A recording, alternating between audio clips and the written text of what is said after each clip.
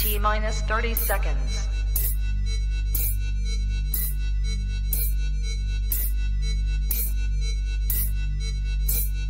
T minus 20 seconds.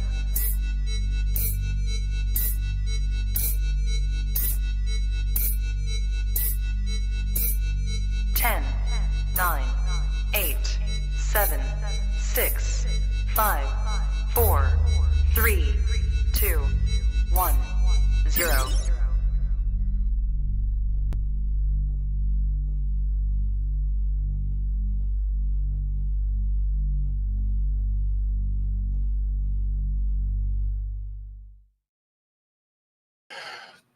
Coolest reptile podcast in the world, episode 435. It's Tuesday, all in the treat Tuesdays. I'm your boy MJ. What is good? Shout out to everyone out there. If this is your first time tapping in, hanging out with us, do me a favor, smash that like button, especially if you're into chondros or learning about them or wanting to get to learn about them, whatever, man. Hit that like button first and foremost, and then hit that subscribe button. Smash that notification bell, select all. You'll be on top of every single podcast I drop here on this channel. I drop podcasts Monday, Tuesdays, Thursdays. 3 podcasts a week right here on YouTube. You can also listen to this podcast on all the major audio platforms, Buzzsprout, Apple Podcasts, Spotify. Wherever you listen to this podcast, thank you so much. I appreciate all the love and support for that exclusive content. If you want to get more behind the scenes, if you want to just support this podcast further than just watching it, go down to the very first link you see in the description. Click on it. Join the Trap Talk Patreon family. Shout out to the trappers, man. God, I'm so blessed to have this family. But yes, if you want to be a part of a family that's nonstop growing and just be a part of some of the extras, some of the exclusive, then don't look no further than clicking on that link. Join the Trap Talk Patreon family. Get connected to the Discord, over 190 trappers to interact with. And then, of course, there's an Instagram group chat that's nonstop cracking. Some of the best people in the reptile industry are a part of the Trap Talk family, and that's a fact. Listen, I'm so excited to show what's coming this weekend as far as exclusive content for the Patreon family. And Patreon family, you will know what that is first and foremost. So stand by for that. I do want to say first and foremost, support US ARC. It's very crucial. All right. There's just been some news about animal education banning in Washington, and you wouldn't think it would be coming to the West Coast like that. Washington is a pretty land of the free type deal when it comes to keeping reptiles, last time I checked. So that's pretty scary. So either way, if you keep reptiles and you do not know what US ARC is, I'm being polite about this. Go down to the very second link in the description below. Sorry, sometimes players fuck up too. But second link in the description below. Click on usarc.org and read all about US ARC. Stay aware, have news updates by following US ARC on YouTube and also on Instagram. So shout out to the entire US ARC team. Shout out to Jeremy for taking on a new responsibility. Looking forward to having Jeremy being one of the new big faces of US ARC because, man, big things popping, that's for sure. I do want to say shout out to the sponsors tonight also. Shout out to my boy Blake. All right, if you're looking to diverse the diet in your reptile, consider quail, because quail, top notch. My boy is doing it right. So many of you already gone to Blake, and I want to say thank you from the bottom of my heart, because I want to support somebody like this who's up and coming in the animal feeder game, man. So make sure you go to Blake Exotic Feeders on Instagram. Follow Blake. You can even hit him a direct message and talk to him about shipping and whatnot. He ships all over the country. All right. I'm getting an order in this week. Shout out to my boy for providing those amazing quality quail for my tree monitors, my snakes. Shit, man. Everything gets a quail. You never know. Thank you, Blake. Appreciate you. I also want to say tonight's episode is brought to you by the man, David Brahms, over at the Reptile Perch. What you see behind me, inside the Focus Cube habitat, is reptile perches designed by David Brahms. Shout out to David Brahms. Okay, what an amazing individual. So if you want to get the best 3D printed design perches, you got to go through David Brahms. I'm telling you right now, a lot of the OGs, a lot of the heavy hitters in the game have David Brahms perches. So thank you, David, for everything. I appreciate the love and support. The reptileperch.com. Place your order there and go follow the Reptile Perch on IG. All right. And also Flex in Texas all day. My man, Mark Hager, one of my new sponsors of 2024. And what an honor. Okay.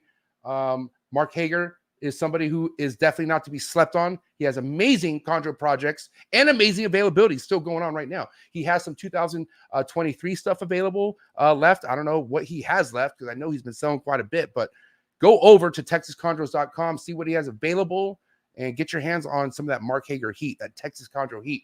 Flex in Texas all day long. I appreciate you so much, Mark. And thank you so much for everything that you have done for me. Not only sponsoring, but just a real deal homie. He's given me some amazing advice since like 2017, 18. I don't know. Real deal Holyfield right there. And speaking of real deal Holyfield, last but not least, Brian Susan from Sundown Reptiles. Tree Monitor G, man. Dude, this is my tree monitor like superhero right here. I'm not even gonna lie. Like when it comes to breeding tree monitors, Brian Susan is the man. No one's messing with Brian Susan in America, man. So I gotta tell you right now, go to sundownreptiles.com and see what he has available with tree monitors, because he's working with all species of tree monitor. I don't think he's missing one. Last time I checked. I could be wrong. No, I'm pretty sure he's not. So other than tree monitors, you can see geckos and other cool species of lizards. So go tap in, one man, Brian Susan, sundownreptiles.com. Head over to his website, and then also go follow him on IG. I want to say thank you so much to all my sponsors, but especially tonight's sponsors. Very honored to have all those individuals who I feel like are icons in the reptile industry. And it's just the beginning for all those people. So thank you so much for all the love and support. Shout out to the early birds. I see the early birds cracking right now. I see the live chats cracking. If you're in the live chats tonight and you think that tonight's episode deserves any sort of super chat, drop a super chat. All right. And then also, if you have an important question or topic to relate to what we're speaking about, you feel like it needs to be addressed, drop that super chat because it gets priority for sure. Don't be shy with them. Ladies and gentlemen, the mayor of your town is back. And what is he drinking? Little Pinot. Little Pinot, okay? Yeah, this is La Crema from your part of the country. Beautiful. You know, people always want to know what type of red you're drinking, so I figured why not just ask that right off the bat. Bill Stiegel is back in the building. It is back to business. The mayor, how you doing, buddy? I'm doing good. Yeah, a little short hiatus, but back and ready for business. Dude, you've been hitting it hard with the content lately. I'm not gonna lie. I felt like you did deserve a little break there, and dabble elsewhere for a bit. But it's always good to have you back. You're always missed, buddy. I will say, Alex Warren has been doing a hell of a job for you. That's what I understand. I'm glad you're giving that young man a shot. Yeah, man. So great to have Bill, and then of course, for some reason, Marshall's looking for a second place trophy somewhere, so we don't have Marshall tonight, but we have my man Dave D, who has his camera up and going. What is that, David? Why'd you name yourself that, Dave? It's my alias. It's my street name. Damn. Are you going straight street tonight? Are you going hood tonight or what? Yeah. All right. Dude, Brian Latimer, I'm looking forward to bringing my boy Brian on. He's really nervous, so I'm really glad you're about to go street on him tonight, Dave. This is going to be epic. Oh, man. Any of you guys know anything about the homie Brian by chance? Just what he's posted lately. I saw he had a clutch or two of Aru Maruki siblings, I believe. And I think he had some clutches last year. Yep. Yeah. I know very little of Brian. I think maybe we've had one conversation over social media, but I think that's it. Never met him in person, and so don't really know a lot about him. Well, I mean, he's just, like me, being someone compared to you guys new into the Chondro game. He knows a lot about you guys. Let's just say that. And he's super excited to have you guys be about tonight's episode. My connection with Brian is through Socrates. Both of us knew Socrates, and, Socrates was a great mentor to him like he was to me. But this is going to be great, because he does have a lot of stuff he should be proud about. Because anyone who can stick it out in Chondros, deserves a pat on the back. It's not easy, right, guys? Can we be honest about that? Sometimes it can really be like emotionally damaging to certain individuals. I mean, I'm not saying me, I'm just saying a friend. Yeah. Talking about a friend. All right, listen, I kind of asked how Bill was doing, but Dave, why don't you let the people know how things have been, what's going on? It's beginning of 2024. Why don't you update some of the viewers out there? Sure. I've been pairing several females. I got a clutch of slugs on Christmas Day. That was pretty exciting. Wow. I don't know if the male ever actually locked the female. I saw her hanging all over her several times, but I kind of don't think he got any sperm in her, so that's probably the problem. It's like getting coal in her stocking, man. Yeah. Well, and it was early, too. I had her locked in the nest box, and I pulled her out because I was going to give her a soak, and it was like 14 days after her shed, and normally my females lay a little later than that, so I wasn't expecting her to be sitting on anything, and then it was just a pile of slugs. So, but I think I'll have some better luck with some of my other pairs. she an older girl or what's the age of that female, if you don't mind me asking, Dave? She's 13. Dude, that's around the age about this girl who gave me slugs earlier this year. I was probably around the same time about you. I think 2 weeks before Christmas is when I got my slugs. Maybe we can trade. I'll send you some. Dude, my slugs were so bad, my monitors didn't even want them. They said, "Get this fucking shit out of here." This shit smells.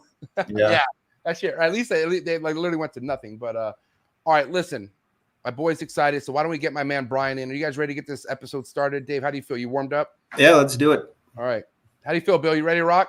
Always ready to go. That is true. Bill's always ready to rock. That's a fact. All right, guys, do me a favor. Do what you got to do to get your mind right. Stay hydrated. Episode 435. My boy, Brian Latimer. Lucky Leviathans coming at you right now. Let's go. Chee!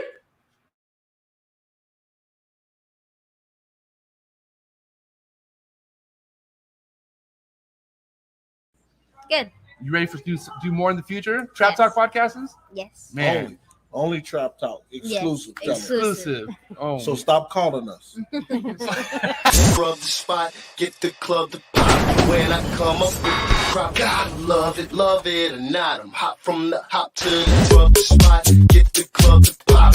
When I come up with the rub the spot, get the club to pop. When I come up with the rub the spot, get the club to pop. When I come up with the rub the spot, get the club to pop. When I come up with everybody, we do it. Everybody, we do it.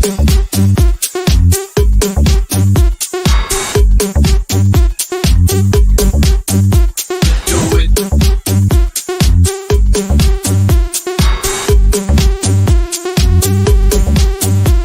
Do it.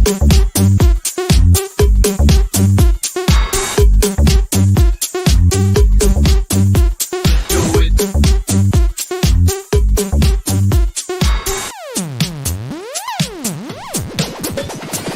Rub the spot, get the club to pop.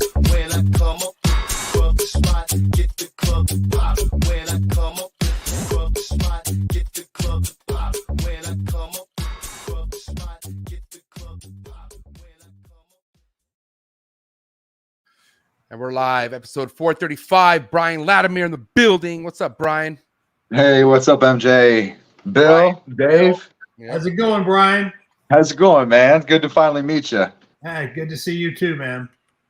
Dude, good to have you, Brian. Finally back, or finally first time at the trap to discuss what you've been doing. And I got to say, like I just told the homies here that I met you through SOC, and ever since then been following your work and super stoked to see what you have going on.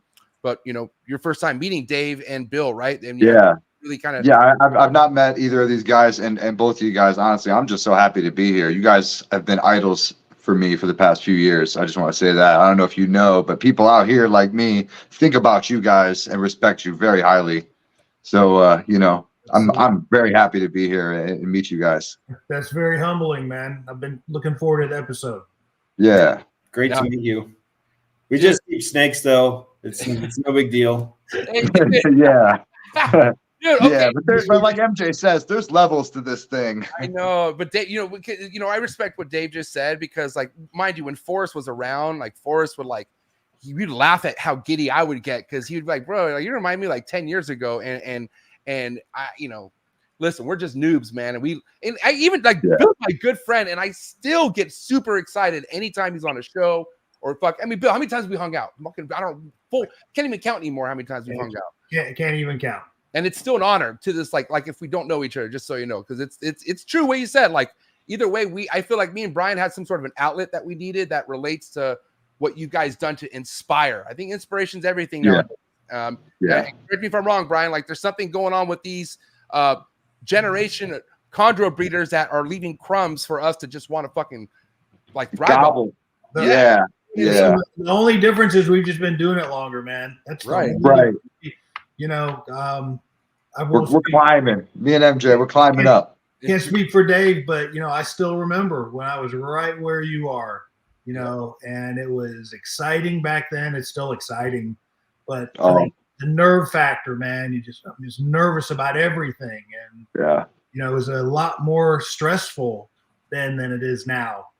I think if you can kind of survive the first 2 or 3 breeding seasons and learn a little bit, each time, and just keep your head above water for a little while, then things will start to come easier. And I won't say more consistently, but they'll become easier, and a lot of that stuff that you're experiencing now go away, and a lot of it will be more joyful. And like Dave, this clutch of slugs that he had, he'll figure out by then it's just part of the business. It's nothing personal. It's just part of it. And there's not anything you can do about it whatsoever. Like, you can't control those slugs. Dave, I mean, those slugs are slugs. What are you going to do, right? I mean, yeah, I just threw them in the fucking trash. My heart rate didn't even skip a beat. Fucking savage. Now, okay, Brian, this is what year? Let's talk about how long you've been in it so far. For breeding, this was my 3rd season breeding. These are my 3rd and 4th clutches that I just had in October. And I've been keeping for a lot of years, but I started breeding in 2019, and then 2020 I kind of ramped up and got a few more animals. 2021 I had my first clutch, and then 2022 I had another clutch. In 2023 this year I've had 2. So it's been okay. It's been good. I've had the same struggles everyone else has had with, stubborn feeders, prolapses, pretty much you go down the list. I've dealt with a lot of stuff, and it's heartbreaking. A lot of it is heartbreaking. And if you're not prepared for that, you're going to crash and burn, I mean, it is. Yeah. I mean, when, especially like the prolapse, and I've had more than my fair share.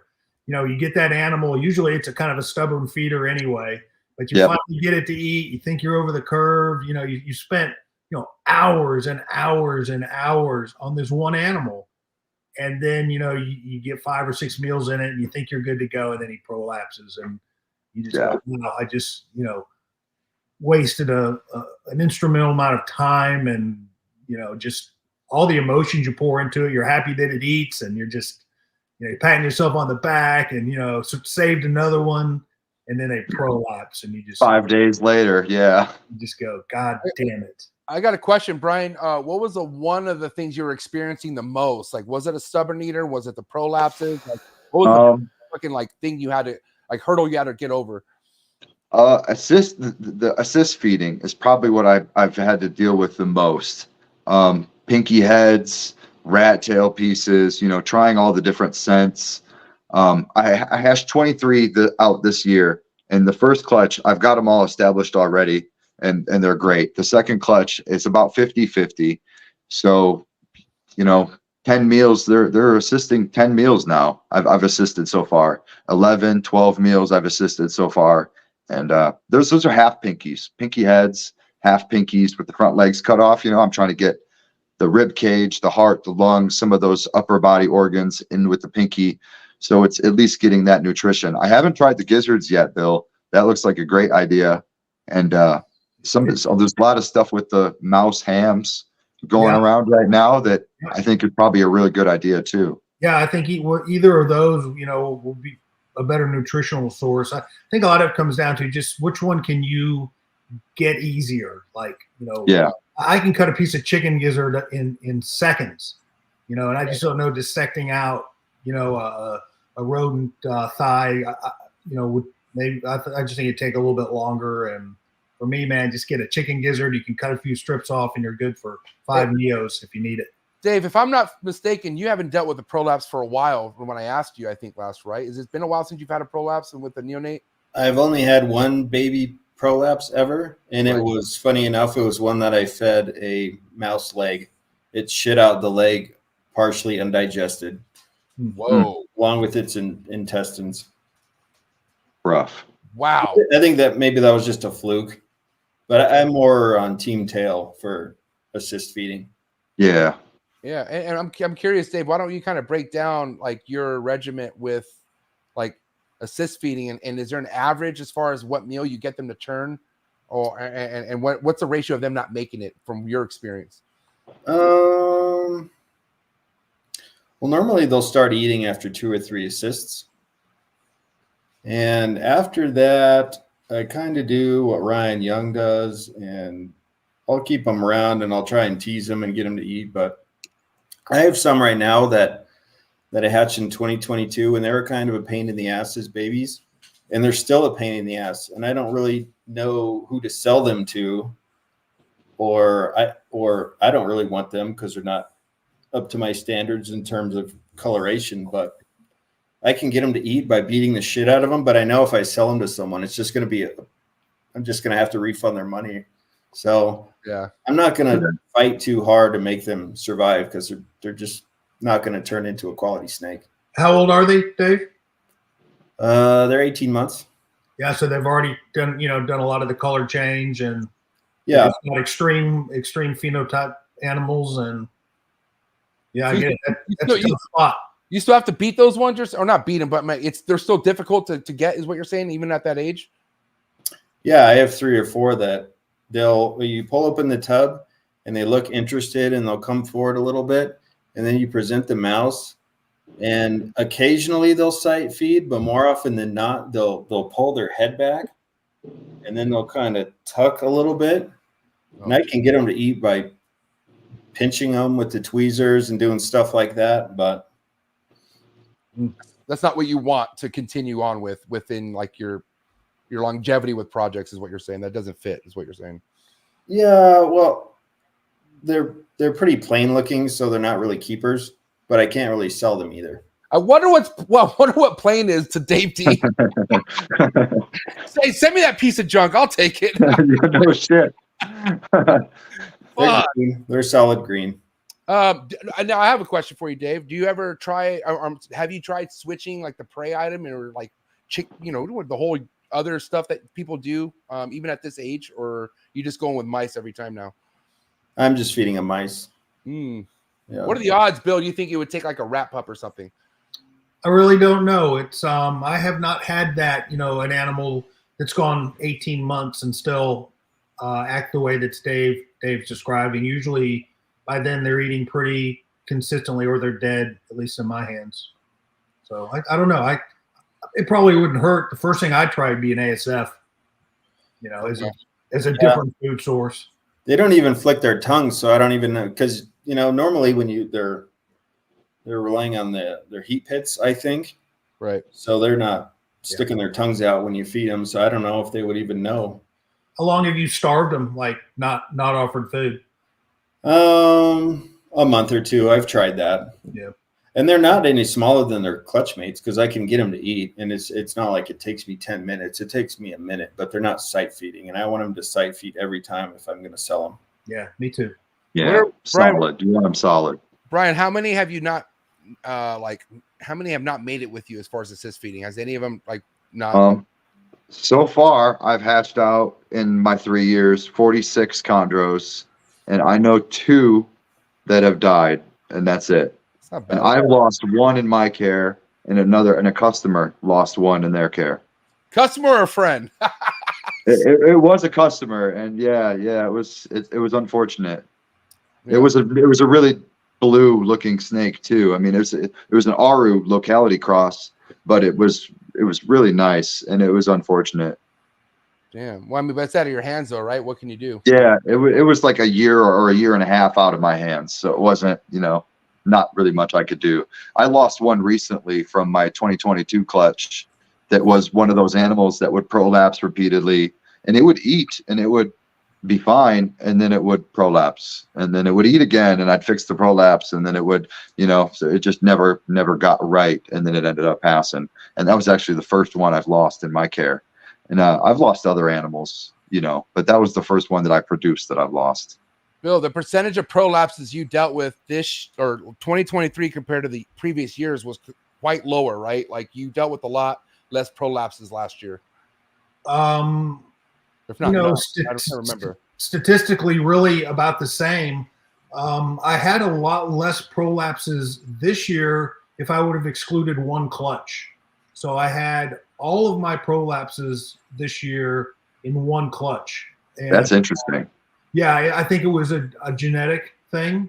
Wow. I really do. I could tell. In fact, I could predict the ones that were going to prolapse by the way they were perching. They perched abnormally. And even the ones that ate great, I thought I'd just get them a little bigger, a little more meals, and maybe I'd get over the hump. But even some of these prolapse way longer than, not the 5 meal, the 15 meal or the 18 meal, then they'd prolapse. But I knew it was coming just based on the way they looked and the few other clutch mates that had prolapsed before. So I think there was something genetic in the clutch that caused these animals to prolapse. Half the clutch ended up prolapsing. Damn. And they prolapsed multiple times. And that was another thing I was going to talk about. You talk about multiple prolapses. Mhm. I think was it Gary that asked in our group chat if they'd ever had like an animal that had more than one prolapse survive? Yeah, that was Gary. And I can't remember one that I've had that have had multiple prolapses that have gone on to survive. Yeah. I've got one. You have had one? I've got one. It's 2111 from my first clutch I ever produced, and it's about 2.5 years old, almost 3 years old now. Yeah. And it still prolapses occasionally, and it's like a big. It's kind of big now. See, And I just keep feeding it and keep fixing it. It's rough. It's rough. That animal will stay forever, I mean, fuck it. Is it male or female? It's a female. Yeah, I've seen it's all its insides. It's shit out, its guts probably up to an inch and a half before. Oh my God. And I can get it all back in with the probe and the preparation H, the Neosporin. I got betadine, so I'm using all these things and I get it back in and everything's fine for a month or two. It'll even have a good bowel movement once or twice, and then it'll prolapse again. And that's just been the pattern for its entire life so far. So kind of sucks. That's an anatomic defect that'll never go away. It'll kill it eventually. It'll kill it eventually. And that's the tough stuff. Like where's the line? Where do I give up? Where do I just put the thing in the freezer? It's just like, it's the hard stuff that doesn't get talked about a lot. For me, personally, it's when an animal prolapses twice, then, it goes in the freezer. Right. Yeah. For me. And the longer you wait, the harder it gets, buddy. You're right. No shit. Yeah, definitely. Yeah, because obviously these snakes can't talk, so it can't tell you like, hey, this shit hurts, by the way. It's a snake and it's just eating, so you really don't even know if you're like ending its misery. Like you have to just consider a lot of things, but then also ask yourself, do snakes in the wild, chondros, like survive prolapsing, or do they even prolapse in the wild? Probably not. So it's like, I don't know. I would just consider like the, I don't know. I know it sucks. So far I've had two animals out of all the animals I've hatched that have had horrible prolapse problems, and only two. Yeah. So, and one of those passed just about a month ago, and I'm still kind of hanging on to one of them. But so far this year, I've had really good luck with chick down. I mean, getting everything going with just chick down, and no prolapses so far. Cross my fingers. I'm 20 meals in on some of them that hatched on October 22nd. So they're monsters. They're growing great. Going into their third shed, and so they're doing. I've had a lucky year this year. I learned a lot from my previous experiences. It's the way it's supposed to be. I don't know if do you call luck after you got like eating shit for so long? I feel like it's kind of like it's just I feel like it's a numbers game, right? Like, you've had it bad, MJ. You've had it rough. I've been following all your. It's been rough for you. I know. Asshole, it's not about me, okay? So why don't we just make this about you? No, I know a lot of people. I talk to a lot of people in the community, and a lot of people have bad luck. I have a friend who just lost his female, had a bunch of eggs bound up, and another friend of mine, we thought he was going to lose his female, and then she finally laid her clutch a lot later than expected. So I mean, there's so much risk, and this is so hard on these females. A female looks like death after she lays a clutch, and she's sitting on it and she's vibrating, trying to keep the clutch warm. They get so depleted. Their head muscles look all empty, and they're just thin and lethargic. It almost makes me feel bad making them go through it. Yeah. There's been a lot of talk about maternal incubating. I don't know if it's Vin Russo's fault, probably, but Bill Hoffman pulled off that maternal incubation very recently. He just hatched the clutch a couple days ago. I saw that. How do you feel about that? Like, do you feel like that's something you might want to try or no? I mean, I don't think it's for me. I feel like that just is increasing the variables and the risk, and I feel like doing an incubator, you have a lot more control. I've had really great success in the incubator, I've only lost just a couple eggs, 2 or 3 eggs ever.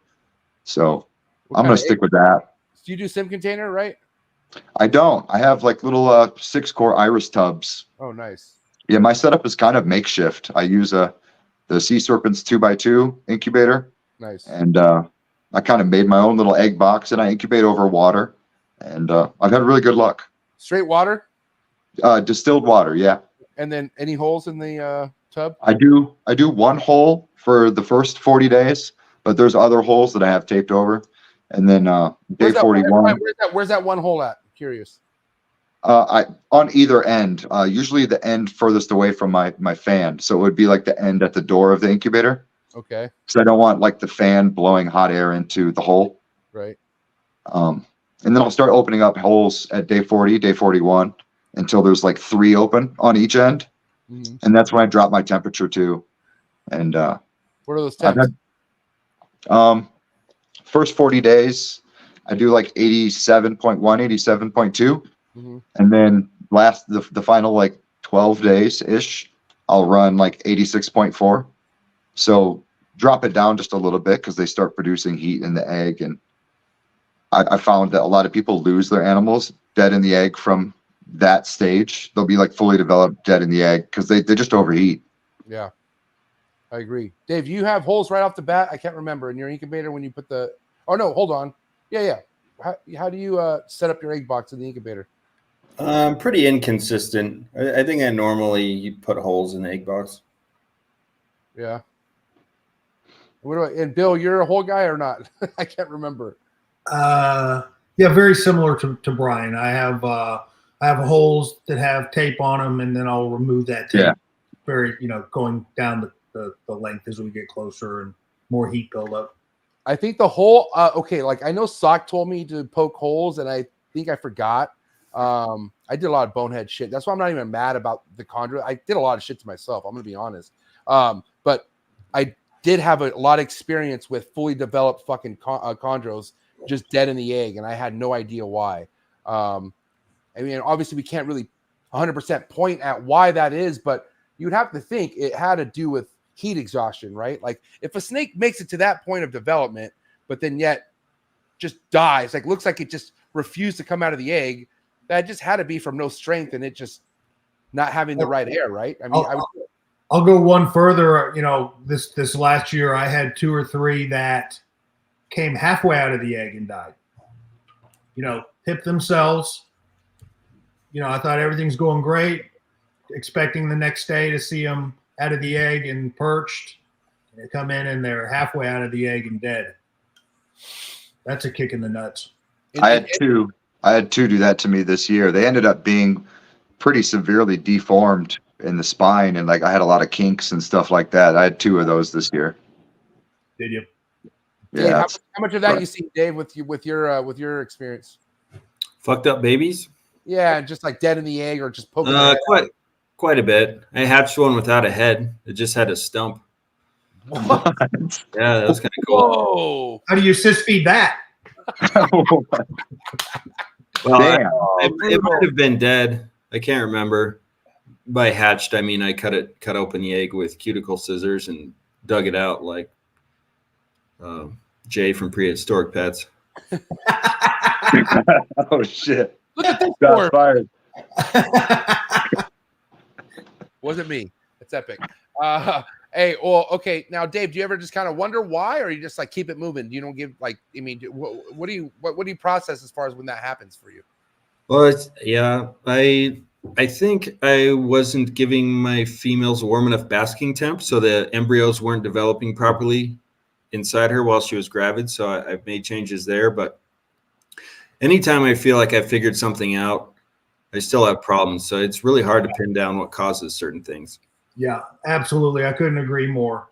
Yeah. And, boy, I couldn't agree more. That's a great statement. And each pairing in each snake is going to be a little bit different too. I found that they all act in weird little ways. They all have their little nuances and things they'll tolerate and things that they won't. Yeah. Well, Dave's right. It's like, okay, I've got 2 snakes that died in the egg and a snake that crawled halfway out and died. I'm changing temps. That's it.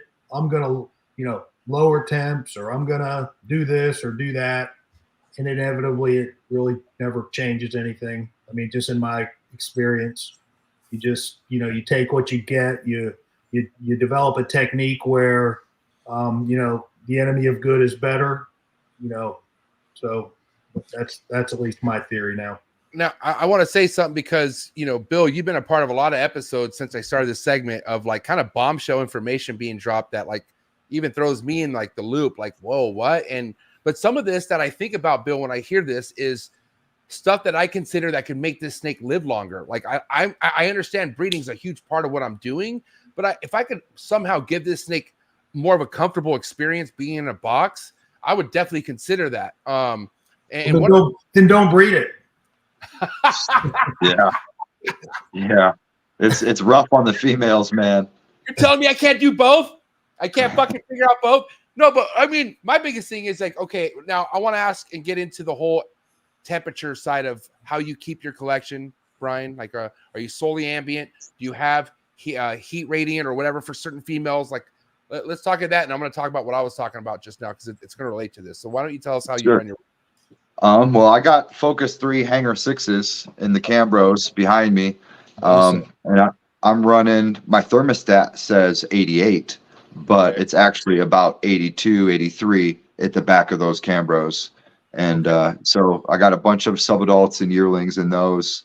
My Neos are mostly in an 18 tub hatchling rack by Sea Serpents with the 5-quart tubs. And I keep those about the same, 82, 83. No night drop on those, by the way. I keep my Neos with no night drop. Right. Same. Yeah, and then I got a couple of Neos. I don't know if you can see above me here. There's a couple little setups up there. That's tight. And yeah, little small. They're like 8 by 8 by 8 inch little rectangle things. They're not very big, but I got some of the Neos in there because I just about ran out of damn space. And that's been working out pretty good too, as far as like putting a brand new hatched Neo right into a PVC. I've kind of been experimenting with that a little bit with, a light on, and it's been working out pretty good. Don't get Bill started, please. Don't talk about no scientific UV shit right now. Oh my God. Oh, I'm gonna get in the journal. Oh my gosh, don't get me started on that. No, okay, but biggest thing is the females. I want to know your breeder females and shit. How are you keeping those? They're about 84 degrees, in the back of their tubs. I keep them in tubs and in Focus 3 2x2x2s, and pretty much 84 degrees in their hotspot under the heat panel. How many hours? 12 on the lights and the heat. And then for all my adults, I'm night dropping it down to about 78, 79. And so then it warms back up in the day, and it's about 9 a.m. to 9 p.m. They should be off right now, but I've got all my stuff still on. What's the ambient temperature in your room? 73. I'm running the furnace right now, and my stuff is kind of in the living room. Like the snake room is the living room, and it's about 73 in here. 72, 73 is pretty steady and stable. All year, or summertime it gets a lot warmer. In the summer, I'm running the air conditioning, so that's kind of my breeding season, and it's a lot cooler. So I'll use my air conditioner to kind of trigger my cycling in about April or May, and that's worked out really good for me so far. I know a lot of people are pairing animals now, and I have one pair going right now, but I've had a lot more success using my air conditioner to cool the animals and doing that like April, May, June, pairing in June, July. And then I'm having like ovulations end of July, early August, and I'm hatching out animals in October. It's worked out pretty good. Wow, that's like complete opposite of mine. I'm like 6 months ahead of you. Yeah. But I kind of took a note from. I'm in Ohio, Toledo, Ohio. And we got a big front coming through right now. So anybody in the Midwest or the East Coast, put your snakes together. It's a good time. Nice. And Dave, how are you as far as what we were just talking about right now with the with your females, as far as how long you give them basking and whatnot? Like what do you go with when it comes to all that? I'm doing 12 on, 12 off. Their heat shuts off totally at night, and well, I guess it shuts off when I'm cycling. The room is 75 degrees during the day and 70 or 72 at night. Okay. And 0 heat at night, you said, right? When I'm cycling. If it's during the summer, they have a night drop, but it's not totally off. Bill, you're 12 to 12 as well. I mean, no light. I'm really identical to Dave, except my heat panels go off at night year round. Okay. Now, Brian, this year you're looking at how many pairings, or like what's going on with your stuff this year as far as that goes? I had two pairings, 2 successful, and then hatched 23 babies this year. And I have another pairing going right now that I got my fingers crossed for, but I'm not really sold on. I think the female absorbed. I think I introduced my male a little bit too late. And it's a joint pairing with Guadalupe Salazar. Shout out to Space City Chondros. Yeah, Lupe. Shout out to him. Him and I got a little bit of a joint pairing going on. And if it doesn't happen this season, I'll get it going in the summer, which is kind of more my season anyway. So we'll try again in like April, May. MJ, you remember Lupe, right? Yeah, what a guy, man. That guy's awesome. Really cool guy. And good guy. Of course, I got to meet him at the mayor's party, and it was just, something else. I understand one thing, having relationships via social media, but when you get to meet the person, it kind of just changes everything. I'm lucky enough to meet Dave before, and yeah, dude, Lupe is the man, bro. That guy's awesome. Yeah. Yes, he has heat too, bro. He has some shit that. He does have some. He's got some stuff from Dave. He's got some good pairings going on right now. He's gonna sneak attack this thing. Watch. Yeah. Nice. Yeah. I mean, I'm not surprised, but I am impressed on how much good taste is out there. Like, I will say that motherfuckers do their research. I don't know if it's the podcast that they're listening to, probably is. Cool. Yeah. Every time I talk to someone and they're showing me stuff, it's like Dave stuff's in it, Bill, Mark, like Sock. I'm just like, damn, motherfuckers. Some of these fools are not playing. Let's just say that. Yeah. It's pretty awesome. I noticed Brian has started. He mentioned Socrates as one of his people that maybe helped him. I noticed Brian's been dropping the knowledge pearls like Sock does on his posts. Yeah, a little quote, look, you got to be positive. I really truly believe in like manifesting, positivity, and if you imagine the reality you want to live in and you feel it and you believe it's already happened, it'll come to you. Dude. You just keep day by day, you just keep doing it 1% better every day, I love all the guys I've met so far in this industry because they've all changed me in some kind of way. Like the relationships I've had with these guys have changed me as an individual. But Socrates is a powerful guy, man. Socrates has made me do shit. If you would ask me 10 years ago, like, hey, MJ, you're going to be speaking to yourself of what you want out of this world every morning, and you're going to be writing in a book, I would have been like, oh, yeah, right. I would have been like, yeah, me say, get the I have like over a year now, bro. This shit's nuts.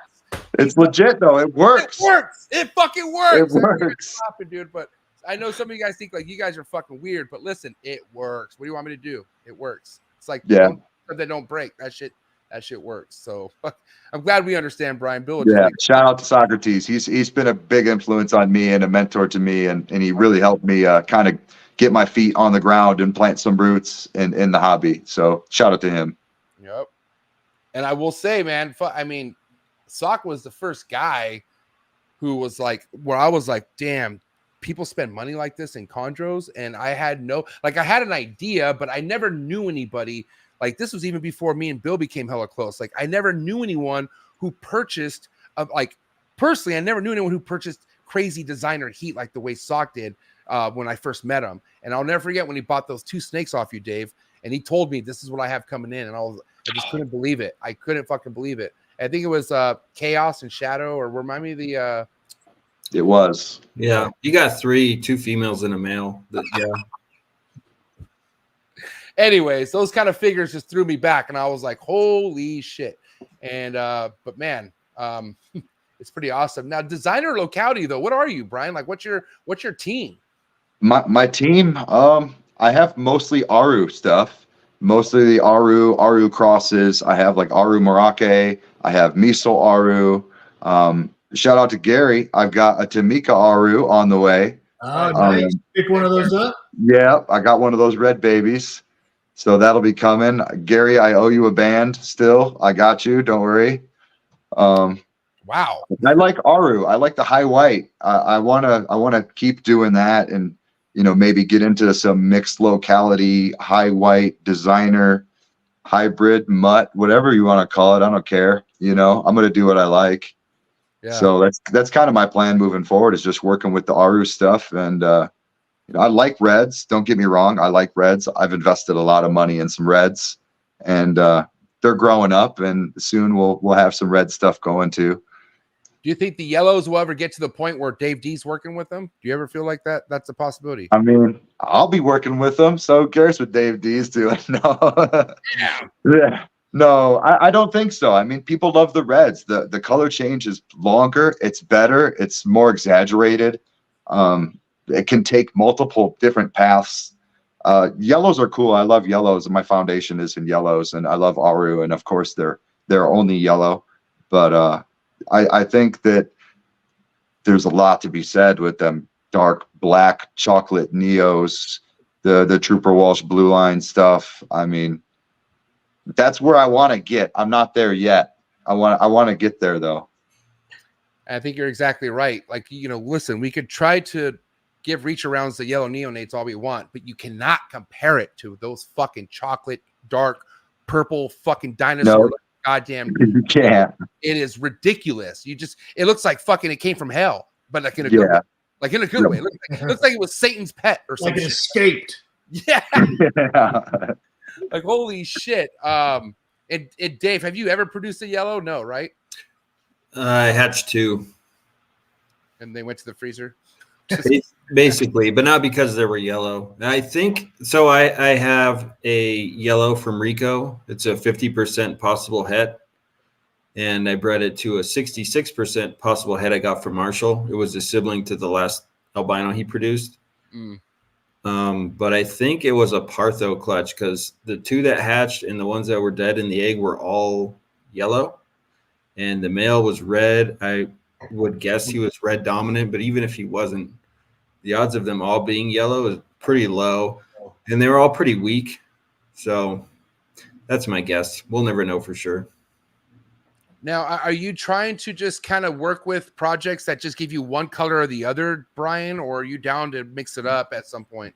I'm definitely down to mix it up. I hope to have my first clutch of stuff that is going to have some reds in it in 2024.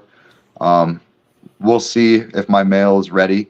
He's going to be young when I do pair him. It's the Optimus Prime Ocean baby that I got from Socrates. That's the Insanity line. Was that 2 years old? It's a 21 baby. So yeah, it'll be about 2.5 by the time I actually introduce my male and female in like May and June. He'll be about 2.5 then. So I'm forgetting about how there's motherfuckers out there who pair males super young and they have success. They do. Marshall's done it. Socrates for sure. I think he has like 4 paired up right now. Dave, Bill, you pairing up young males. How much success have you had with that? Not a lot. I think 4 years. 4 years. Yeah, I don't know if I've had one breed younger than that. Bill, you've done them pretty young before, right? You've shot for the moon, haven't you? 3.5 is the youngest I've ever gone, but I consider that pretty young. And I've had good success at 3.5. I've never tried. I couldn't even try. If I tried anything younger, it'd be 2.5. I mean, I'm on a pretty strict breeding cycle here, so either they're 2.5 or they're 3.5, and I've never tried a 2.5. And you're saying, Brian, you're going to want to pair because that's the male that you need. Like, that's an important male to the project.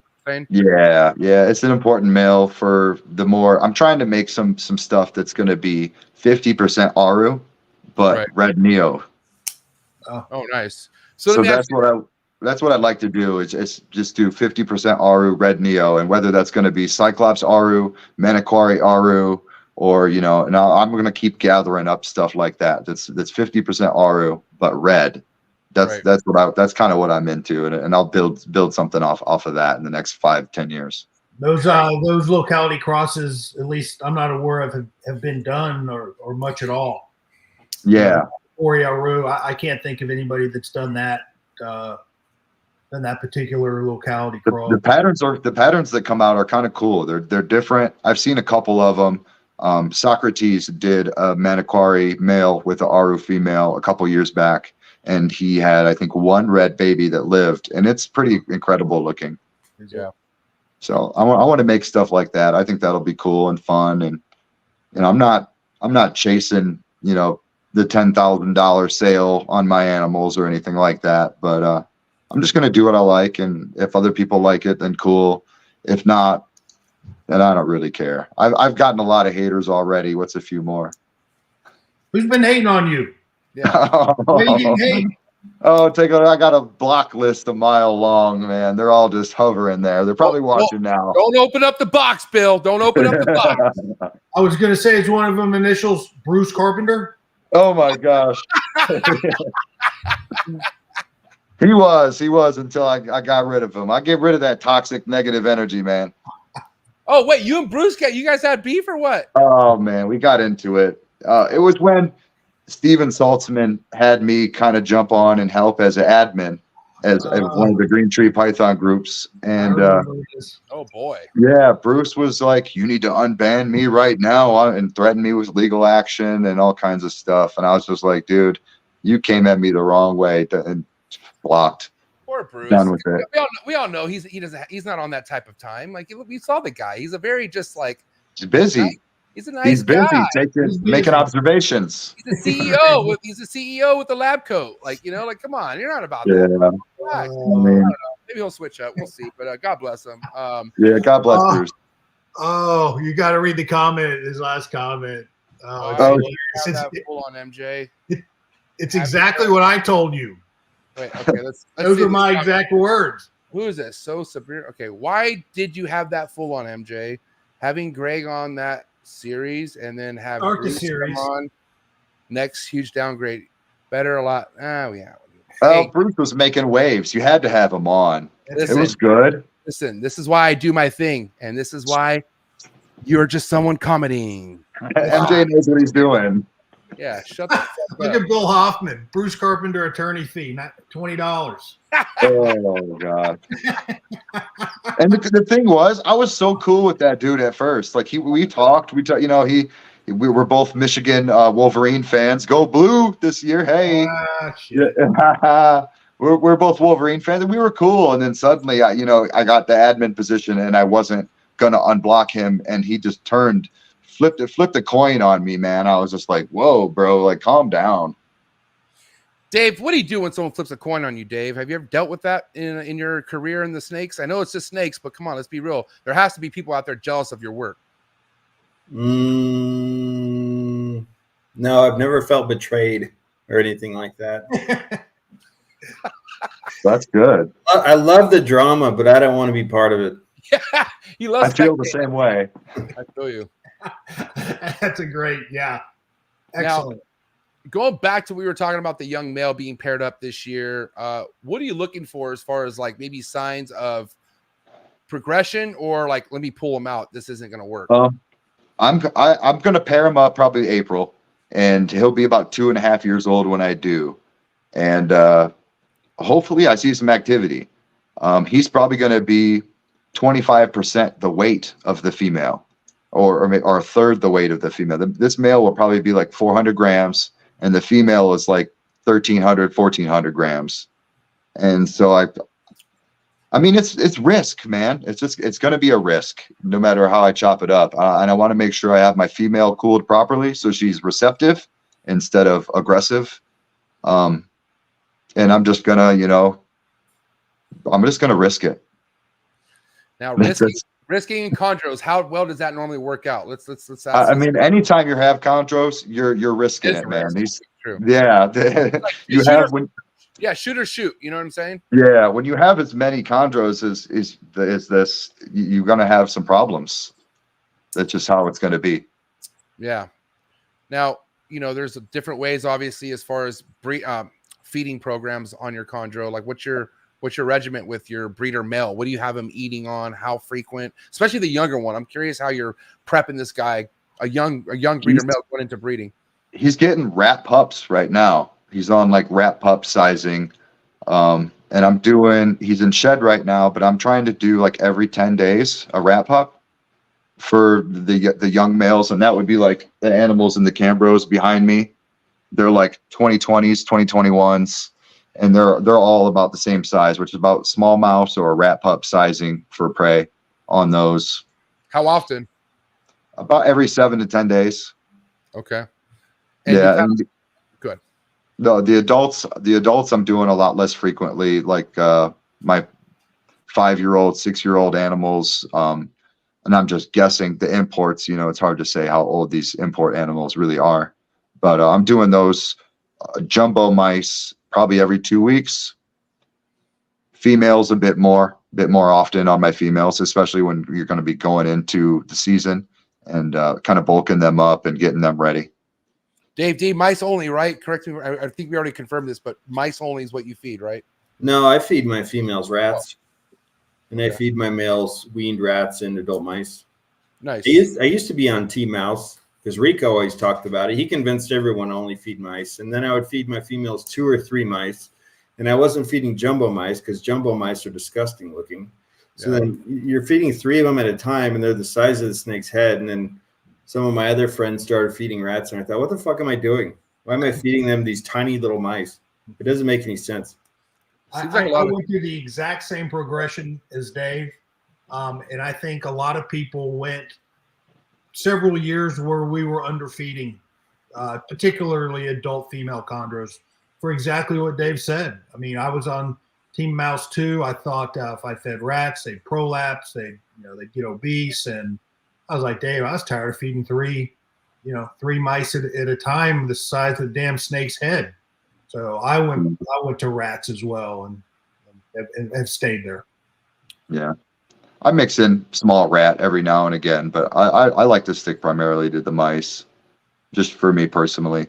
A lot of my females aren't that large. I have a Jayapura female that's maybe 800 grams, an Aru female that's about the same size, and then Gem, that blue snake that I post kind of often. She's the hormonal blue Aru, and she's the one that I plan to pair up with that designer red male in the spring next year. She's about 1,200. Where'd that iconic blue snake come from, Brian?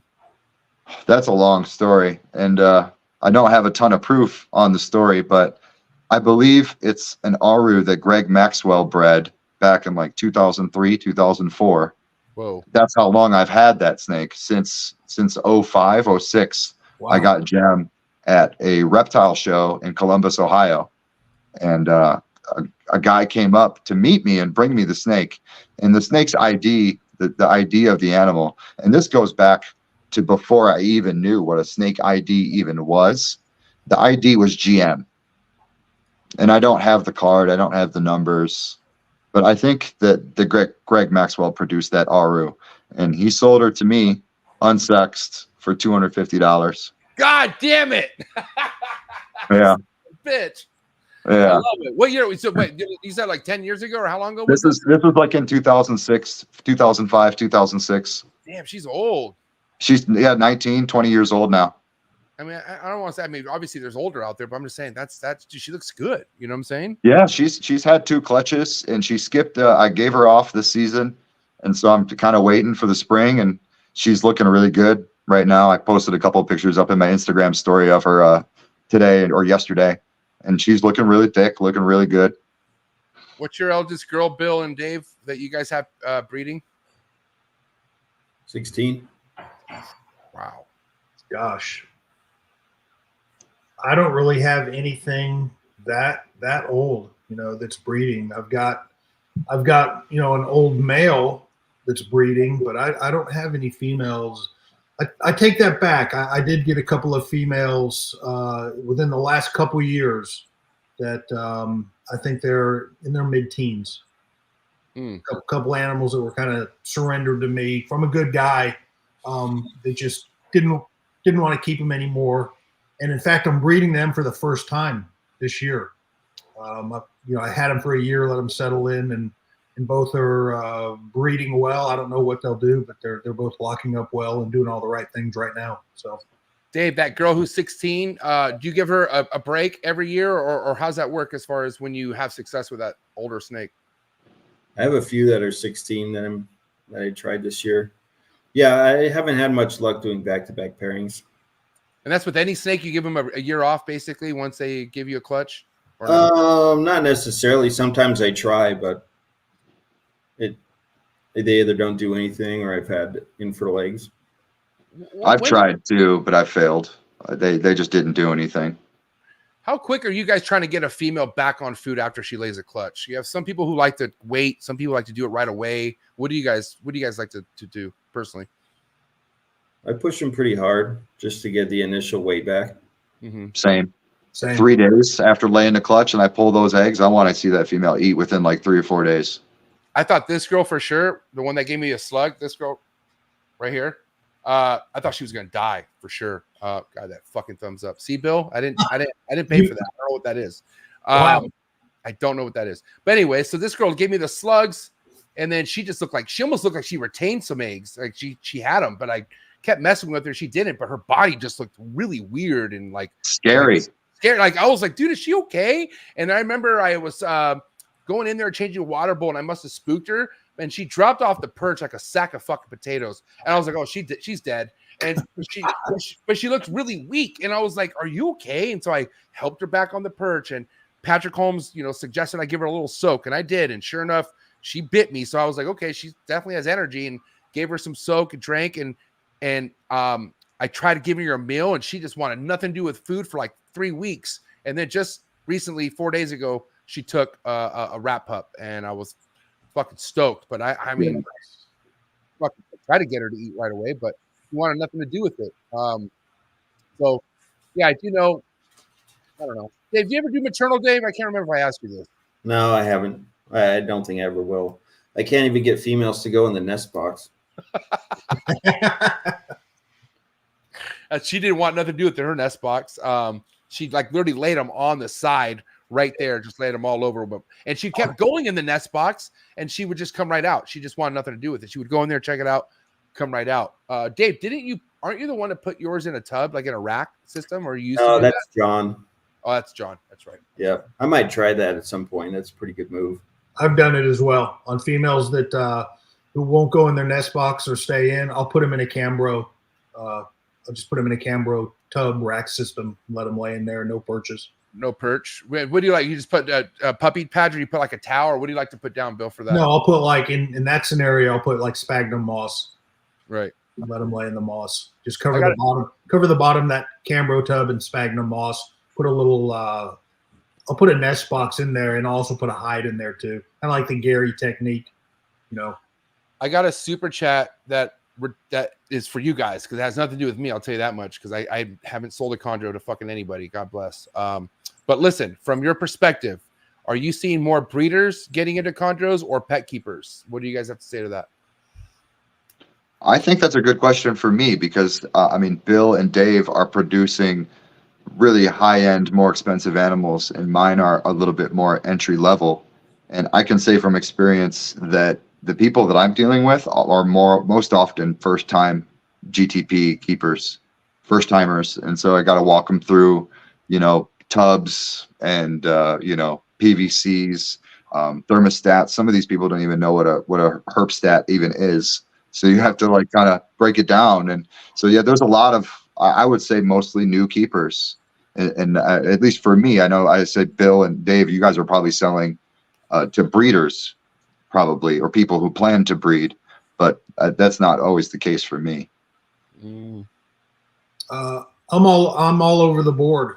I sell certainly the higher end stuff to breeders or people with more experience, but I also produce some more entry level. I produce yellows every year, so a lot of those are going to first time green tree keepers. I love that aspect. Most people know that I sell a entry level or a new green tree to. They've had experience with other other snakes, so they do know. Sure. They do know about monitoring heat, humidity, the thermostat, all that kind of stuff. What about you, Dave? Any pet keepers out there that you've sold to or had to deal with? I've sold to people with 1 or 2 chondros, or maybe it's their first chondro. I think everyone I've sold to has kept reptiles before, and I think they almost all have intentions of breeding the snakes that I sell. Mm-hmm. Right. Dave D animals are investments. Yeah, you'd be surprised though. I'm so,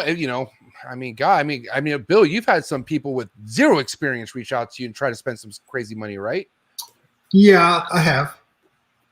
You kindly decline to those people, or you're like, all right, fucking bring it on. What do you do?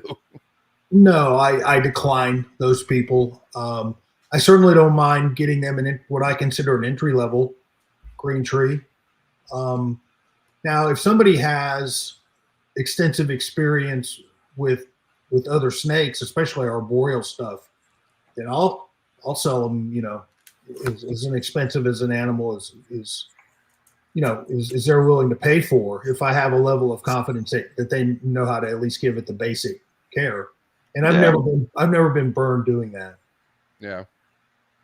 I've had pretty good success too. I've moved a few chondros, and so far my experience has been good, and I think my customers' experience has also been pretty good. And yeah, there's a lot of new keepers coming into the hobby right now. A lot of people are getting interested, and they're enthusiastic, and it's a great time to be in arboreals in general. Emeralds are doing well, chondros are going to do well.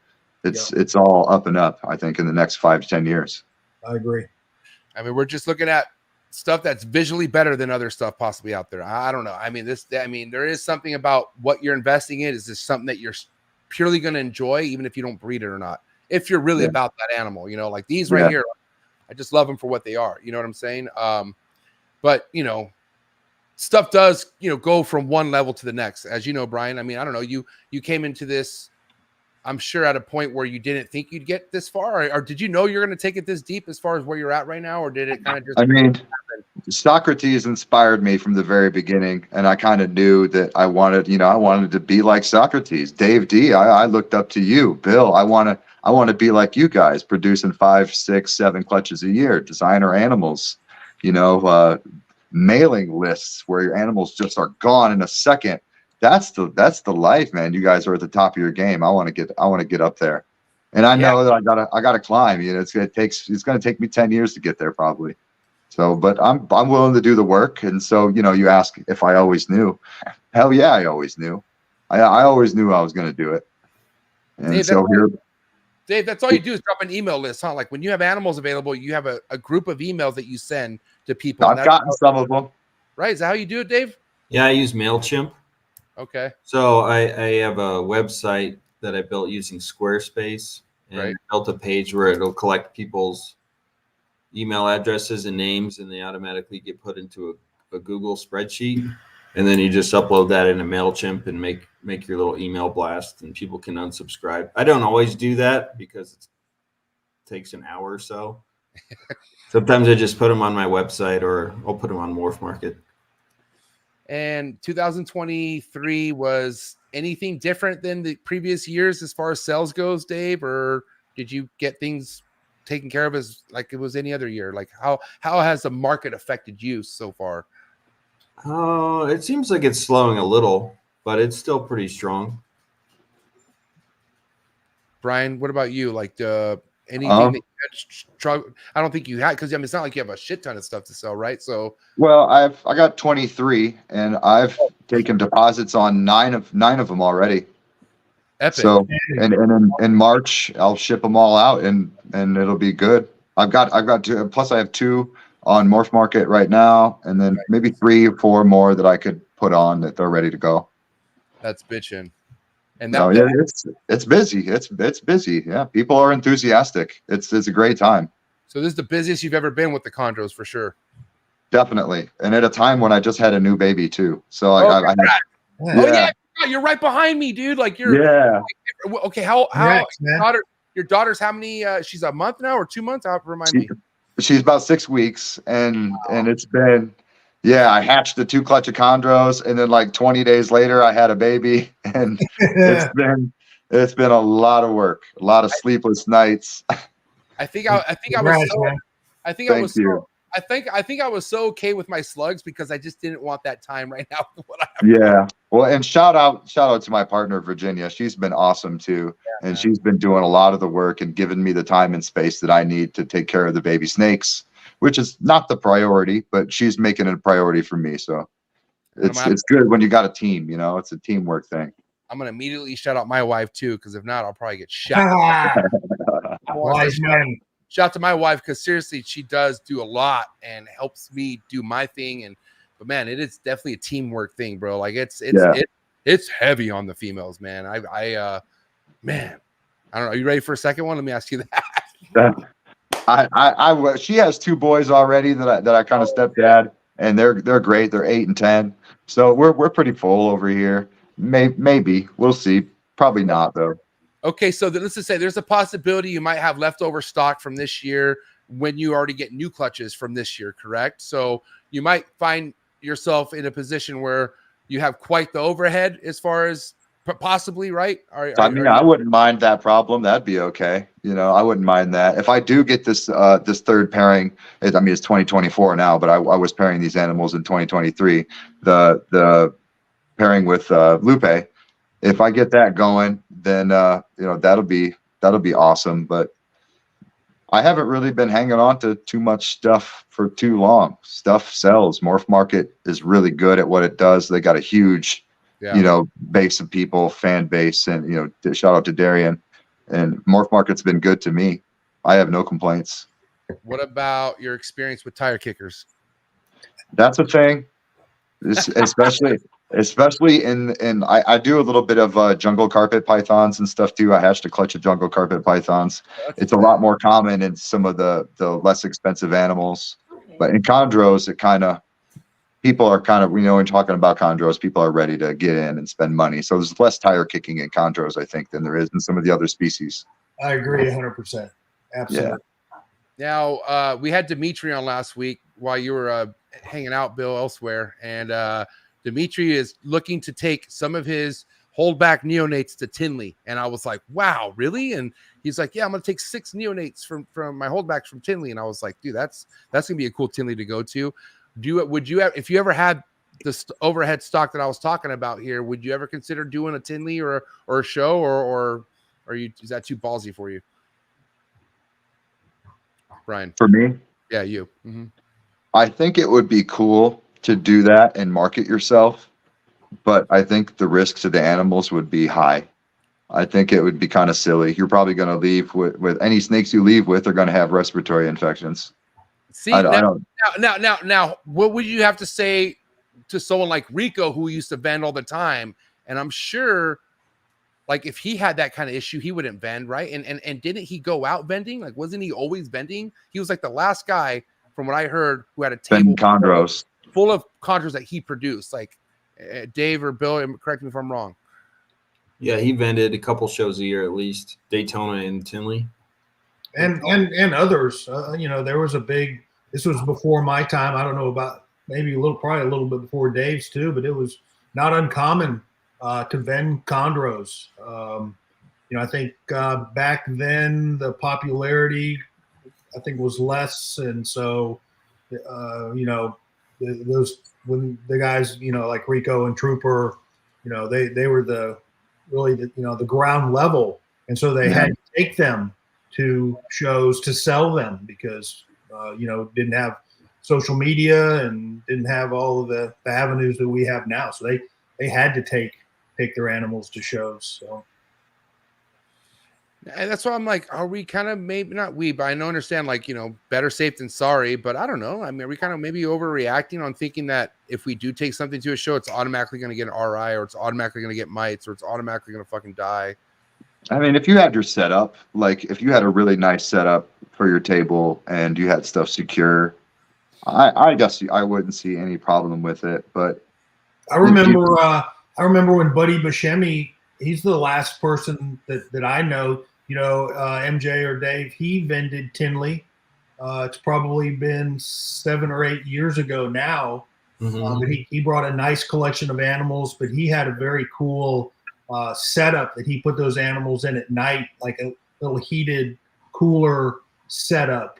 They had heat tape in it, and so after vending, at night he would let them get some heat. It was pretty cool.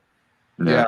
I mean, I would definitely take those fucking chondros back to the room or some shit. Like, I mean, and I personally feel like if I ever got to the point like having stuff, like, I don't know, like I feel like the biggest thing that is missing at a show, any reptile show, is chondros. Like for me to be excited nowadays at a goddamn show, and I love being at the shows, I love meeting people, but as far as looking at animals, I need chondros at a table. I mean, I know by that happening with how popular chondros are getting, if we had these things at shows, holy shit.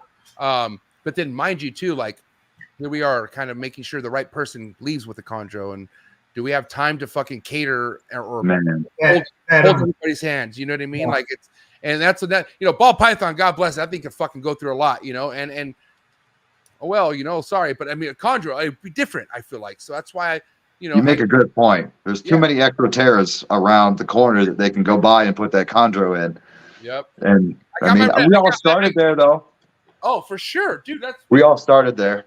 That's why I tried to immediately say to the people, like, I know I'm going hard about your red bulb and your fucking, your tank that you just bought, but I did the same thing. Like, that's my BIAC that's still alive, had a red bulb at night for the first year of her life. Okay. And I thought it was the coolest thing at night to watch her roam around, but guess what? She was roaming around because she was fucking hot probably. And I had no idea, you know what I mean? I had no idea until I started figuring shit out, as people do figure things out, but I don't know. More chondros, better people, I think. Never know. But now, what would you say the biggest, like, why would you say, Brian, chondros are so popular? Like, what is it about a chondro you feel like that really gets the eye of somebody? God, that's a hard question. That's a good question. For me in the beginning when I was a kid, it wasn't even chondros. It was emeralds. Emeralds are what was my first love. Guys like Ed Marino, I'm talking 15 years ago, I knew about who Ed Marino was and what he was doing. And I really wanted to get into emeralds, man. And my first arboreal animals were emeralds, and they fucking broke my heart. Every single one was an import. It would regurge and it would die. I went through like 3 or 4 of them, and then I said, forget it. I'm just going to get a chondro. And then I got my first chondro in 2006. And it's just something about the way they perch, I think. The way they sit on their perch, and they have their head in the middle. There's just so much intrigue, so much mystique with the chondro and the emerald. I mean, you're not wrong. I mean, for me, it was out of a zoo, or I think it was a zoo book, or it's like one of the colorful books back in the day that, as a kid, that I looked at. I think I was in the first grade, and it was a magazine, because I liked magazines, not books, when I was a kid. And it was a zoo book. It was I can't remember the name. Do you guys remember the zoo book name back in the day? It was like, was it called Zoo Magazine? Yeah, Zoo Books. Yeah, I think it was Zoo Books. Yeah. Yep. And I remember just looking at something that I felt like, okay, this, I probably won't ever see this, or like, I just knew it wasn't something common, and sure enough, to this day, I never forgot about looking at it in that magazine. But I don't know. I think a lot of it is the word has gotten out now that captive bred chondros in particular, they're very docile. They're not the animal, that a lot of people see at expos, the, imported Biak that strikes the cage every time somebody, walks by. And I think that, based on, just their size, their relatively small size, relatively small caging requirements, all those things have just, people are just finally coming around and going, that animal has it all. It's got the looks, it's got the fact that it's great presentation 24/7. It's always visible in whatever you put it in, and they just look badass. And then, now you get one out and you put a chondro into somebody's hands for the first time, and it's like they're looking at a pile of gold. They literally just go, oh, that they can't stop biting them. They can't believe it's just the way it moves through their hands and how it feels and how it looks up close. I mean, it's definitely misunderstood. And what I mean by that, if you kind of talk to someone who's like not so much of a chondro fan for whatever reason, like let's say they keep other stuff, but they're just like, mad about them. The biggest thing they'll bitch about is like they're all aggressive or they all want to bite you. Well, yeah, if you fucking keep it wrong, you're gonna get that type of time. And obviously, there's ways of approaching a chondro. You know, you don't just fucking go in there and go to town. You know what I mean? But but MJ, 90% of mine I can go in there and go to town. All these removable perches, I don't even take the perches out when I get them out. I just reach in there and just grab them off the perch, and you know Hey, Bill, BX be crazy, bro. BX are nuts. Well, I don't have any imported BX. So, that's all I got. I mean, we're talking really about, but you're right. I mean, I'm sure you have learned how to handle and approach an imported BX. I'm sure I'd get my ass bit if I tried to do what you do with your animals just because I don't have any experience with them. You know? It would be a lot less fun if they were all cunts. I have a couple that are super mean, and I don't like dealing with them. Yeah. I got a few that are mean too. I only have a couple that, and when I see what I mean by like, I just have to have either a shield or I have to either like little spray them to get their head down or something. But other than that, they're always on that time to eat. Do I feel like chondros always want to eat? Like even after you feed them, they'll fucking eat again, no matter how much. Of course. What's wrong with that? Why do they do that? Fucking. They're opportunistic, I think. They're and they probably don't have a ton of opportunity naturally. Probably. Yeah, I guess you're right on that. Now, okay, I have a big question for everyone here, because customer is a good thing to have, but a returning customer is a game plan. You guys would say, right? Like nothing beats a happy returning customer, right, Mayor? Would you say that makes you happy when you have someone returning to you, always wanting to just give you money because how happy they are with your product? Makes you feel good, right? Yeah, it makes me happy for several reasons. I mean, it's an honor, to me when somebody comes back and gets another animal from me. It just shows that you're doing something right. That's why it's like it has to feel good, right? Yeah, it feels really, really good. And the other thing is a returning customer, I know what I'm dealing with. I know they're going to take good care of the animal. They've got a track record with me, and it certainly makes it a lot less stressful on me to send an expensive animal to somebody. I'd much rather send it to somebody that's got a proven track record with one of my animals, And I'm asking this advice because if I ever get to the point of selling some designer or locality chondros, whatever I have available, I'm gonna really want to make sure that this person is gonna not fuck themselves, right? But also at the end of the day, you can only do so much. And I feel like, Bill, you kind of like let people do their thing if you feel like, well, that's a possibility, that's one way to keep. But I don't know, like, do you feel like there should be a 101 for taking in a neonate or something younger? Like, do you feel like there are some things you should lay down to people when it comes to taking in their first designer neonate or locality neonate, whatever, like, and making sure that they know what to put it in? And, oh, dude, I definitely, vet first time buyers. I ask them to be very specific what they're going to do with the animal. And most of them just say, whatever you tell me, and I'll tell people to try to duplicate your enclosure as much as you can to mine. That's you're going to give it the best chance of acclimating and doing well there. But if they say they're going to put it in Exoterra and a heat bulb in a rainforest with goldfish, then there's no way I'm sending you this chondro, So it's nice to be able to vet your buyer. It makes things a lot less stressful than they probably could be. And I literally, having sold and shipped many, many babies, I can't think of literally one that I've had a bad experience with. I've had one that I can think of that I've had to bring back and reestablish because it couldn't eat, it wouldn't eat for them. Brought the animal back. 2 months later, it was back to that original person, and it did great.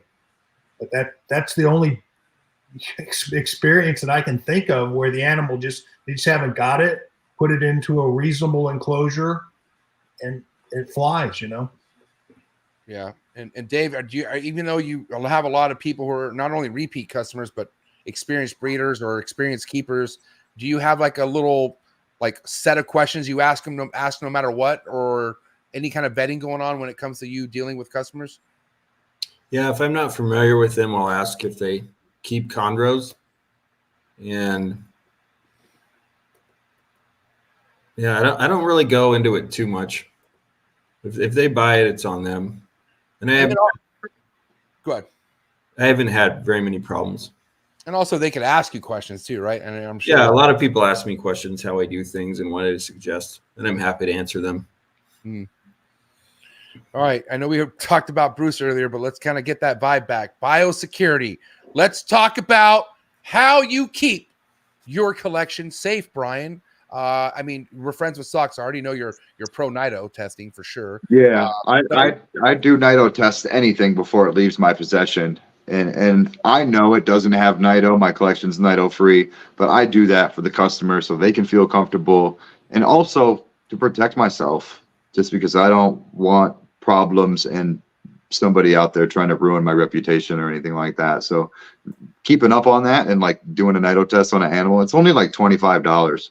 It's not that much money. You just send it out, you get it back like 2 days later in the email, and then you got it. And it's just doing your due diligence, I think. So I'm talking about anything that you possibly to bring in. How do you delegate that? Like, what's your quarantine process? And I really like to stick with. I don't really bring anything in these days. I mean, I might bring in 1 or 2, Neos a year at this point right now. And, I just got that female from Guadalupe in, I think it was August. And I did a 30-day quarantine on it, and everything was fine. And I introduced it to my collection. He had NITO paperwork. I did a NITO test myself. And so the animal was clean. It was eating. Everything was good. 30 days. I even paired it up like within 40 or 45 days of having it in my collection. I paired it up and was getting locks almost immediately. So I think it's you got to be careful who you deal with. Oh, for sure. You got to deal with a reputable source. You got to trust the person. You got to have a repertoire with the person, a track record with the person. And then, you do business that way. And that's true with anything, cars, whatever. How old is that snake that Lupe sent you? 4-year-old female. 4.5, I think, is what his estimates are. 4.5-year-old female. And she's big though. She's probably about 900 grams. She's a big girl. Wow. Dave, you ever done any breeder loans, Dave, or with any friends out there, or like sent any females or received any females from anyone? No, I've had people offer, and I've thought about. I would rather send one out than take one in. Okay. Because I don't want to be responsible for someone else's snake. Plus, I don't share a clutch that I produced. I do co-own a snake with John Irby, but he and I are really close friends, and I don't really care if it dies. Is what it is. What a collab. Yeah, obviously you're so right, Brian. You nailed it, because especially newer people coming in and they're trying to kind of race up the totem pole, and like sometimes they don't have that male and their friends have that male or whatever, and they're so quick to just be like, hey, let me send you this snake. Yeah. They just met the person. And I'm like, yo, like I would. Yeah. I've seen a few people kind of go a little bit too big, too fast, acquiring animals, trying to buy adult males and adult females from wherever. And if you do that, you're running a high risk of having problems and losing those animals. I think it's hard to bring in adults and establish adults. Let's all say a prayer for Chuck. God bless Chuck. His power. Shout out to Chuck. He's got 10 cooking. Real nice Biak. They're not Biak cooking. Maniquari. They're not cooking right now. He has no power. Ooh. That's why we're trying to hope that everything works out for the guy, man. Oh shit, Chuck. Where's your man? Get the generator out, bro. He has it hooked up to his truck. My bad. He has a cord running to his truck, and the truck's man, that's brutal. Right? It's gonna be a long night for Chuck. God bless Shout out to Chuck. Chuck's a good friend. I have one of his snakes from his first clutch that he produced. It's an awesome snake. We're rooting for you, Chuck. But goddamn, hit up the mayor, man. He has a legit generator. You don't. Those generators come in handy, don't they, Bill? Oh man, saved me probably a couple $100,000 in animals and eggs. February when we had that terrible ice storm, at least a couple $100,000. Yeah, I had all my stuff hooked up to a generator for about 2 days too when a tree came down in the power lines in my backyard, and having like one of those little Honda generators could be a lifesaver. Yeah, the 1200 one. That's what I have. Yeah, they're nice. Definitely worth having around. Definitely. Dave's up in the Rocky Mountains. I know it gets cold as shit. What do you got for backup, Dave? Well, my incubator is water jacketed. It has 11 gallons of water in it, so it stays warm for a while. And when we do have power outages, I don't know if I've ever experienced a 24-hour power outage, just because we're so used to tree limbs falling on power lines and fucking stuff up. Excel is pretty good at getting power going again. But I do have a little Honda inverter generator, but I've never even turned it on. I don't even know if it would start. I am going to get a battery backup once I move at the end of this year. That's sick. Hey, MJ, I don't know if you saw or not. Steve Doss has a super chat. I saw that. You see it? So I'm going to get it out of the way. He wants to see. Give him the buckle. He wants to see. Well, it's not a buckle. It's a trophy. Came with the medal as well. So that's it, Steve. Shot in the National Sporting Clay Championship. I shoot in it every year. And this last year in October 2023, I performed pretty well. So there you go. There's the belt buckle. There's the medal. And I'll do it again this October. That's sweet. Bill, you got a good shot, huh? Huh? You have a good shot, huh? It depends on the day. That day I was shooting well. It's actually a 4-day event. And, wow, 4 days. How many hours? How many hours per day? It depends on the day, and it's not really the hours. It's the number of targets. I usually shoot about 200 targets a day. Wow. And it's an individual thing, or is it a team thing? It's individual. And what was the prize other than that sick buckle and medal? What was the prize behind that? Well, in my classification, that was it for second place. They have different classifications as shooters, but I think the overall winner was $25,000 this year. So, Brian, I'm going to flip the script right now for you, okay? Only because of the dynamic that we have with these two co-hosts going down tonight. Sure. What would be a question that stands out the most that you could either ask Dave or Bill? I got a few, and we've kind of covered them. I wrote some down because, as a new breeder, I'm on my third year, going into my fourth year. Things have started kind of piling up where, I have animals that I have to keep because I can't sell them. So where do you? I guess my question is, where do you guys draw the line when you give up on an animal? And we talked a little bit about how many assists you might do, and then you're just kind of if the animal's not going to thrive on its own, then it's not an animal that I'm ever going to want. It's not it's not up to tier. It's not going to be a good breeder, and it's not an animal you want to pawn off on some unsuspecting customer. So I guess where do you guys draw the line at? Because that's kind of some of the problems I'm facing right now is 10 assists in. Do I pull the plug on that animal, or do I keep going with assist meals? Maybe try the gizzards or try the hams.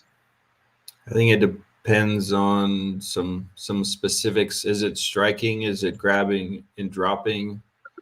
I've got 4 or 5 of them that are just runners. They're not striking. They're not grabbing it. One of them I'm able to get it to kind of constrict. If I put the prey item in the coils, it'll constrict it by itself without biting it, but then it ends up dropping. Yeah, well, I would try every scent I could think of, probably. I don't know. I got chip down and chicken stock is kind of what I've been doing. I need to get some quail. Yeah, I want to down. And then you can also, I had some Bowen's pythons that I bought, and they were fresh imports. They had just had their first shed, and I got a tip to rip open baby quail a frozen one, of course, that's thawed, and they have yolk inside of them. And I've had success scenting pinkies with that yolk. And then I know other people who have bought frog legs from, I think you can order them off Amazon. I've done it. Yeah, you can order them off Amazon. It works. Frog legs. I got one to eat doing that, so it's not a silver bullet, but those are a couple things you might try. Yeah. Right now I'm just doing the assisting, you know, the half pinky.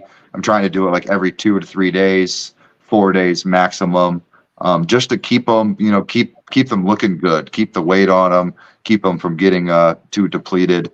And you know, I've done this a couple of times. This is my 4th clutch, and it's eventually they're going to turn on. I do this for 6 months. I do this for 8 months. It's probably going to turn on eventually. But do you want the animal that ate right out of the egg, or do you want the animal that took 30 assisted meals before it turned on? Mm-hmm.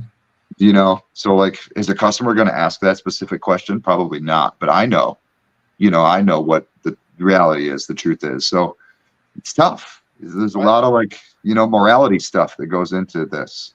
That's why Ryan Young don't let them leave if they don't make if they're not strong eaters, he don't sell them. And that's what I'm dealing with. I've got a few from my 1st clutch and my 2nd clutch, and that I've just been holding and trying to do the best I can with for a year, 2 years, 3 years. You know, it's going on a while. So, you know, I guess that's just part of it, I think. Or, you know, do you guys just like, all right, get out of my rack, get in the freezer, you go. I think that is just such an individual choice and decision, and it depends what's going on in your life. You know, you got a freaking 6-week-old baby. How much time do you have to commit? You know, there are some animals that I have produced from clutches where I would take it to the mat, and I would do everything. Right. I said on another show, I'd give it CPR, man. I'd do chest compressions and mouth to mouth and everything on it. You know, please survive, you know, another week or month. And then there's other animals where just like, I'm just so tired of you, man.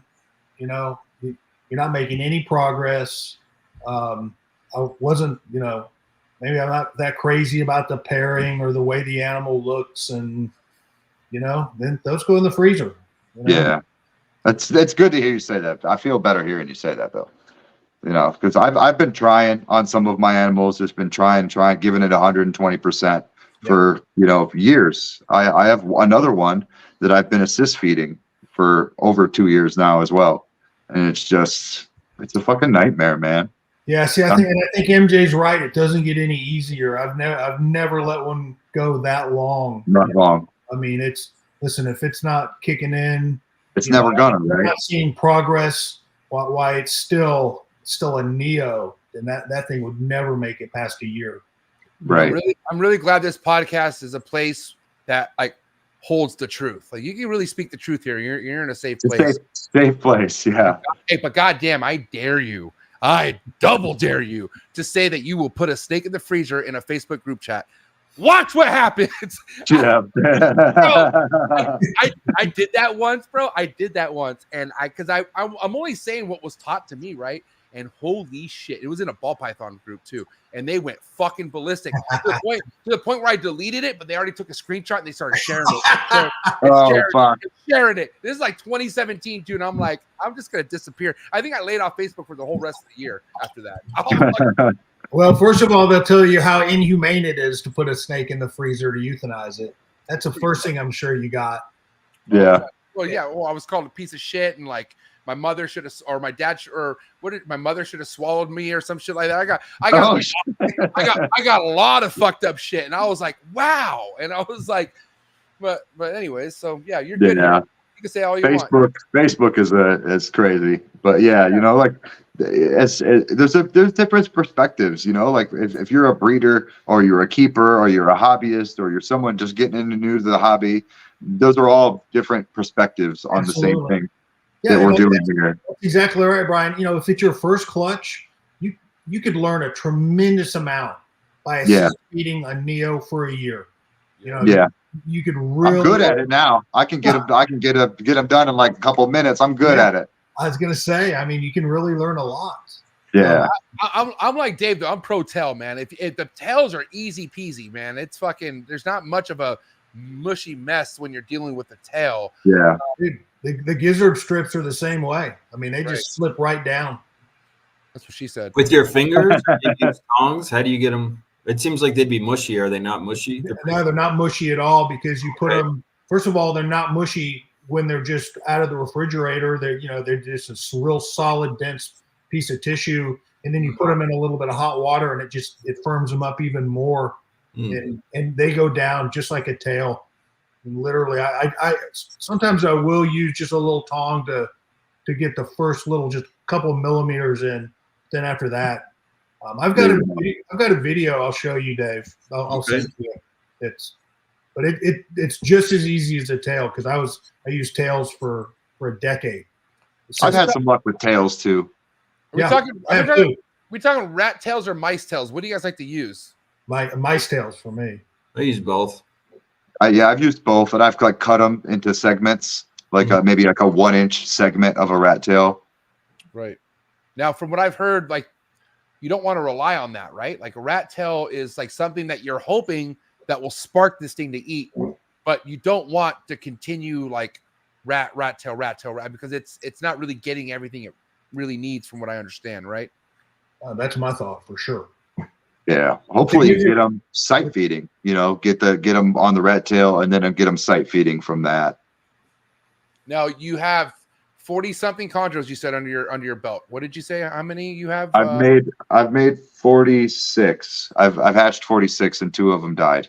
So after 46 chondros, when do you feel is necessary to offer a chondro its first meal? This season I did offer a whole bunch of the animals before they shed, and some of them ate before they shed, and some of them didn't. And I found that the ones that did eat before they shed, not only did they take longer to shed, they actually took longer to eat after they shed too. So in the future, I will probably not offer meals before they shed, and I'll wait until after. That's interesting. That's been very similar to my experience as well. I experimented with that, and it seemed to me it's like you have to establish them twice. Exactly. It seemed to me that the ones that ate pre-shed, some of them turned out to be the hardest feeder to get going after their shed. So I abandoned that as well. Yeah. One thing I did that helped me a lot this year was advice from Patrick Holmes, where he leaves, and I call it the Patrick Holmes method now. When his eggs hatch, he leaves the animals all together in the tub for like 7 or 8 days. He takes the egg crap out, gives them a water dish, puts the moss in, makes everything really nice and moist. Have you guys seen those pictures? And he keeps all the babies together for like a week, 2 weeks, until they start showing signs of the first shed. And I did that this year, and I had a lot of luck. All of those animals ate very quickly for me. Like first meal, second meal, maybe they took 1 assisted meal and then they turned on. So that was, I'll do that again for sure. Interesting. Yeah, I knew Patrick kept them together, for quite some time. As opposed to like I separate immediately as soon as everybody's out of the egg, and I get a nice picture of everybody perched and they're separated. Yeah, I just left mine in the incubator because Pat I was like, I've had trouble establishing these in the past. I'm going to try this method that Pat does. And I talked to him a little bit about it. And he said, yeah, once I see a couple of their eyes starting to gloss over, like they're going into that first shed cycle, that's when he'll separate them. And so I did the same thing, and it worked out real well. I just left them in the incubator in the tub that they hatched in for like 8 days. Yeah. Dave, are you pro pre-shed first feed, or what do you like to do as far as that? No, I wait. I've tried it before. The tricky thing about feeding them pre-shed is the first 4 or 5 days they're still really mushy. They haven't firmed up yet. And then after that they start going opaque. So I don't know. You don't really there's not a good window to do that. Plus it's really a natural. In the wild they're going to crawl out and hide and absorb their young. They're not going to eat. Yeah. And it's a good point about double establishing, basically, because let's say you get it to eat, but fuck, man, it's already going through a lot of digesting and other kind of like stuff while it's figuring out before its first shed, and then it could just turn into where like, well, I don't want to eat for a fucking long time. Like I don't. Yeah. Like, I feel. I Really had full. 2 or 3 that ate before they shed, and then they were they took the longest to shed after they ate, and then they took the longest to eat again after they shed. So yeah, I probably won't do that again. I didn't. I'll do some more experimenting with it, but I think that's probably not the way to go. Wrap up question time. If you guys want to get one ready, Bill and Dave, if you want to get one loaded, I'm going to go first. Just like me, Brian, you and I, what you and I have in common, Brian, is we have a lot of great mentors. We have a lot of great people that basically have given us great advice. The right? community is amazing for chondros, man. It's amazing. It really is. But when we have so many people that we look up to giving us advice, it can kind of be difficult to figure out, well, who to listen to, right? Or who gives the best advice.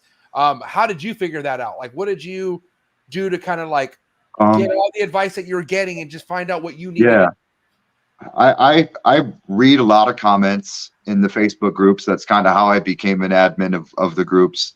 And I read the comments, I read the posts, I absorb all the knowledge, all of the people and their experiences, you know, people from the United States, Australia, the UK, and you know, Portugal, and there's people keeping chondros all over the country, and they all have different experiences all over the world. I mean, and I just read a lot. I just read everybody's stuff, and I kind of just absorb a little bit from everyone. And like you said, great mentors. I kind of latched on to SOC pretty early on, and you know, did my stuff kept my stuff the same way he does, and it's worked out for me. And I've met people like Patrick Holmes and you know, now you and Bill and Dave and MJ, and it's been awesome to meet all the people. I've talked to Greg Maxwell before, you know, and then there's a lot of people coming up with me too. I could throw out a bunch of names like Todd Bowling. Todd, good guy. Yeah. Yeah. Todd's name? My friend CJ Frazier is coming up right now too in the chondros. I know CJ. That's Gecko Barrick. Gecko Barracks. Yeah. CJ. And so like there's a lot of people that have been investing in this for the past few years that are about to come up in the next year or two. Just watch. It's really going to explode, I think, and there's a lot of good things coming. Yeah, I mean, shit, dude, we might even see some Canova clutches in the next couple of years or so. I don't know. yeah. God help us all. God help us all. Holy shit. Oh, shit. That guy's resources, he could destroy everyone. Yeah, but let's not laugh if he totally fucks up. Let's be nice to him about it, okay? Sure. I don't think he will. I think he's got a good head on his shoulders. No doubt about it. I think he's going to go through the fucking ringer for sure. 110%. The reptile gods are not that great. Let's just say that. Okay. He has a very glorious time with the ball pythons. He's not that lucky. I don't think he's that lucky. And I hope I'm wrong, because I really want everyone to be successful at chondros. Okay. It's heartbreaking, but yeah. God, day by day. We'll see. It's heartbreaking. Yeah, but it's fun. Bill or Dave, who wants to go next? I'll go. Brian, you kind of piqued my interest. You know, you said your initial experience with arboreal stuff were the emeralds. And now that you've got a little time to kind of maybe catch your breath and, you know, you've had experience with the chondros, what are your thoughts about going back and giving them a try again? Maybe this time not with fresh imports. Right. I have one emerald. I have a male that I picked up from Tinley in 2020, and it was an import. And it had worms. And now that I have a little bit more experience, I was able to treat it with Panicure, and it's still alive, and he's great. It's a male. It's probably ready to breed, but you know, I don't have a female, so maybe we'll add some more emeralds this year. But definitely want to get that. I keep a lot of stuff. I have some diamond pythons and Brazilian rainbow boas. I have carpets. I have Dumerals boas. Yeah. I've got a few different things. Very, very cool. All right, Dave. Guess I'm up. Who is your biggest inspiration in keeping reptiles and why? And it doesn't necessarily have to be one of your mentors. Could be an old timer. I want to say, this might sound cheesy, but Jeff Corwin, man. Jeff Corwin on Animal Planet. Corwin? Jeff Corwin, bro. I mean, dude, honestly, I used to watch him. You don't hear that. I like Jeff Corwin, man. When I was growing up as a kid, I thought he was going to say Marlon Perkins. I thought he was going to say Wild of Animals. the Jeff Corwin experience, Omaha. man. Yeah, that was good. And then, of course, there was Steve Irwin too, and I love Steve Irwin too, and so shout out to Steve Irwin. But forgot about Jeff Corwin, bro. Like, I can't believe I forgot about that guy. Like Jeff Corwin, yeah, and his tight. He had that tight shirt. He's out there running through the Australian outback. He was funny, man. Yeah, it was funny. That guy really inspired me, and people like you, Dave, and Bill, and Ed Marino, Trooper, Rico, all you guys, man. I've been following this stuff for a lot of years, and you guys have made an impact, and I hope I can make an impact someday too. You will, for sure. You already have, man. You're on the coolest reptile podcast in the world. Impact. Hey, you got it. For sure. And you're doing well, man. You're doing well. Thank you. Yeah, it's a lot of hard. It's hard work. It's discipline. It's patience. It's anybody who thinks they can get into this and be like, "Yeah, I'm gonna buy 2 chondros and make 20 grand." You're silly. It's not gonna happen like that. Yeah. They're gonna break your heart first, and then you're gonna have to reinvest, and then maybe you'll do okay after you learn something. I mean, I've lost a lot of animals, man. I think if you're coming in here with a timeline or like, when can I do this by then, you're fucked. Like you literally just got to throw your hands in the air and just say, fucking let the chondro gods take the wheel and just see what happens. Yeah. You got to love it. You got to love it.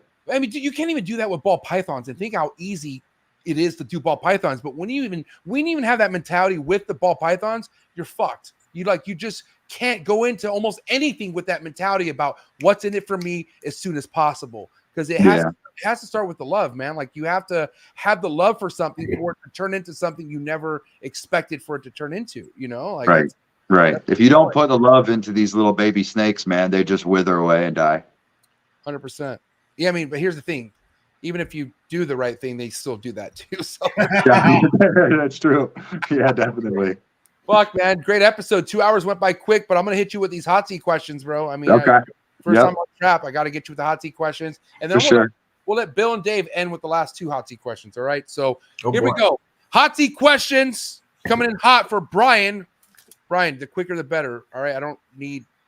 I got you. I'm familiar. I'm familiar. Right. Just making sure, bro. Just making sure. All right, guys, do me a favor. Get the likes up. Hot seat questions coming in hot. You ready, Brian? Yep. All right, here we go. Frozen thawed or live? Frozen thawed. A cut or no cut? Pardon? What's the question? Egg cut or no cut? Would you ever cut an egg, or will you never cut an egg? I cut, yeah, flaps. I cut flaps. On what day?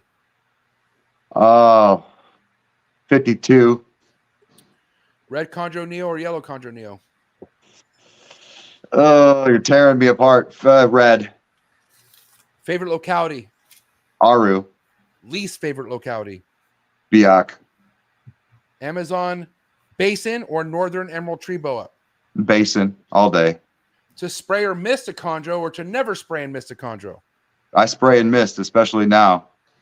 Yay sports or boo sports? I'm not much into sports. Go blue, though. Big flexor or no flexor? Big flexor. I love that. Steak or fish? Steak. Favorite cut of steak? Tenderloin. Yay alcohol or boo alcohol? Be careful, mirrors here. Yeah, yay alcohol. I drink a bit. Favorite alcohol beverage? Patron, straight on the rocks. Yeah. You're gonna have a good time at Bill Siegel's party if you go. Then I mean, it's all there. It's all there. All right, little word association. Hold on, my bad. West Coast rap or East Coast rap? East Coast. Favorite East Coast rapper or rap group of all time? Bone Thugs. Damn, heavy. All right, little word association. First name to come to mind: milk. Titty. I mean, we're on that baby right now, right? Yes. Like, I'll drink to that. All right, substrate. Puppy pads. Stuck shed. Shit, that sucks. Nido positive. Shit, that sucks even worse. First time green tree python keeper. Please buy a hatchling rack. First time green tree python keeper who wants to breed. Buy captive bred and grow them up. You gotta do that. You gotta put in your 4 years. Last but not least, this one might get hot. You ready? Yeah. Coolest reptile podcast in the world. MJ Trap Talk. Let's go. All up in the tree Tuesdays. Bill, hit him with it, Bill. All up in the tree. MJ, you took my hot seat questions. Well, mine was going to be beer or wine. Okay. Beer. And drink Corona. Nice. Good. Noted. Dave. I was gonna ask if you've ever shit your pants as an adult, but I'm gonna. Hey, it's a safe place. The answer is yes. Do you have any hidden talents? I'm an okay artist. I paint. I'm an okay artist when it comes to like doing drawings and paintings and stuff like that. Oil pastels. What do you paint? Snakes. Nice. Wow. Yeah. How come we haven't seen any of your work? Yeah, I haven't seen one in the U.S. ARC auction. Well, we could probably get something like that together. I've done one for Socrates, and I've done a few for customers. So like when they get a snake from me, they're getting a portrait of their snake too. Wow. So I've done a little bit of that. So that's kind of cool. I'm trying to keep that going. What does that increase the value at? You up it up a few $100, or what do you do that? I just do it. I just do it because it's fun and I like to. I would add that as an option. Like, you could add like, yeah. I would like, listen, 200 more, you can get a custom one of a kind painting. Just saying, bro. Fuck. No, I've done a few, and they're fun to do, and I like to do them, and it's kind of peaceful. And if I haven't had a lot of time lately with the baby and the snakes and everything right now, but it's a peaceful way to unwind at the end of the night. Spend about 2 or 3 hours doing some paintings, before I go to bed. I like to do that and get a little smoke on and chill out, Oh, do you have any we can see on Instagram or Facebook? Or in your collection? I got one that I'm working on right now. Give me a second. All right. Dude, what a solid fucking hot seat question, Dave. Holy shit. I had some prints made. This is, I don't know if you recognize that snake. That's Optimus Prime. Oh, yeah, I've seen that painting before. I guess. Yeah, that's Very this is my bag of prints. There's Show that. I'm gonna put you on the big screen, Brian. Show that off. all right, we got you. Here's number 8, John Jones. He's in the chat. He owns this snake. We got number 7. I can't really remember where number 7 went. I'd have to look at my records. These are sick. Here's number 6, Anthony D'Andrea owns that snake. He's at Python Perfection on Instagram. Shout out to him. The one I'm working on right now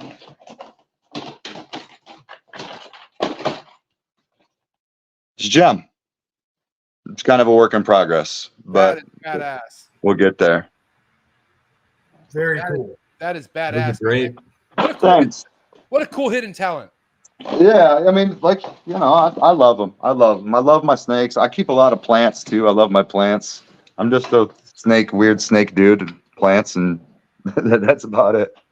We're all weird, buddy. That's why we're here. Yeah, weird snake dude. Yeah, I think it's pretty common. It's what makes it work. Oh, fuck. Holy shit, man. This was a great episode. I was really stoked to just kind of get to Thank know you more, man. Yeah, same here, man. Same here. It's been great. Thanks for having me on, dude. It's been an amazing opportunity to, meet some of my idols and you, MJ. It's been great. I appreciate it so much. You have no idea. We just had shy of 90 people tapped in tonight. So what would you have to say to everyone tapped in who really enjoyed tonight's episode and just everyone who wants to support you out there? Thanks to everyone for the support. Shout out to my partner, Virginia. Shout out to everyone who supported me with buying an animal from me. Shout out to all my Facebook followers and people that support me there and in the groups and everything like that. And follow my Instagram. This has been the ride of my life the last couple of years breeding chondros. It's been amazing, and I can't wait to see where it goes. Fuck yeah, man. Epic. Well, listen, yeah. Out there who doesn't, please right now go follow Brian Lucky Leviathans on IG. And for anyone out there who's curious where to inquire for one of your productions, what's the best way for someone to do that, Brian? Would it be IG or? Yeah, I've got a couple on Morph Market right now. My Morph Market page is looking a little barren, but I think I got 2 chondros up there right now. And you could just hit me up, Facebook Messenger, hit me up on Instagram. I mean, I'll talk to anybody. I don't care how big you are, how small you are, first time, last time, 100th time. Hit me up. Sweet. We can work something out. I'll add that Morph Market link in the description below so anyone could just go and click there and check it out. But guys, again, go follow him, but please give it up for the homie Brian. It's a wrap, ladies and gentlemen. There we go, Brian. Thank you, guys. Love you. Brian, you got to come Love down. you, both chondros. Brian, you got to come down to my party when your life, gets a little Comes down. Yeah, it'll be a trip for me. I'll have to like do it during a show, like at the same time. Yeah. Do it during a NARBC. Just Yes. come down a day early. Yeah. Do it like Chuck. Fly down. Never go full Chuck. No, I love that guy. I love Chuck. Brian, keep killing the game, man. Keep doing it, and we'll talk to you soon. Have a good night, buddy. Thanks, MJ. Peace. Brian. Peace. See you, man. Oh, I saw. Do that again. I saw that. Do that one more time. I saw that.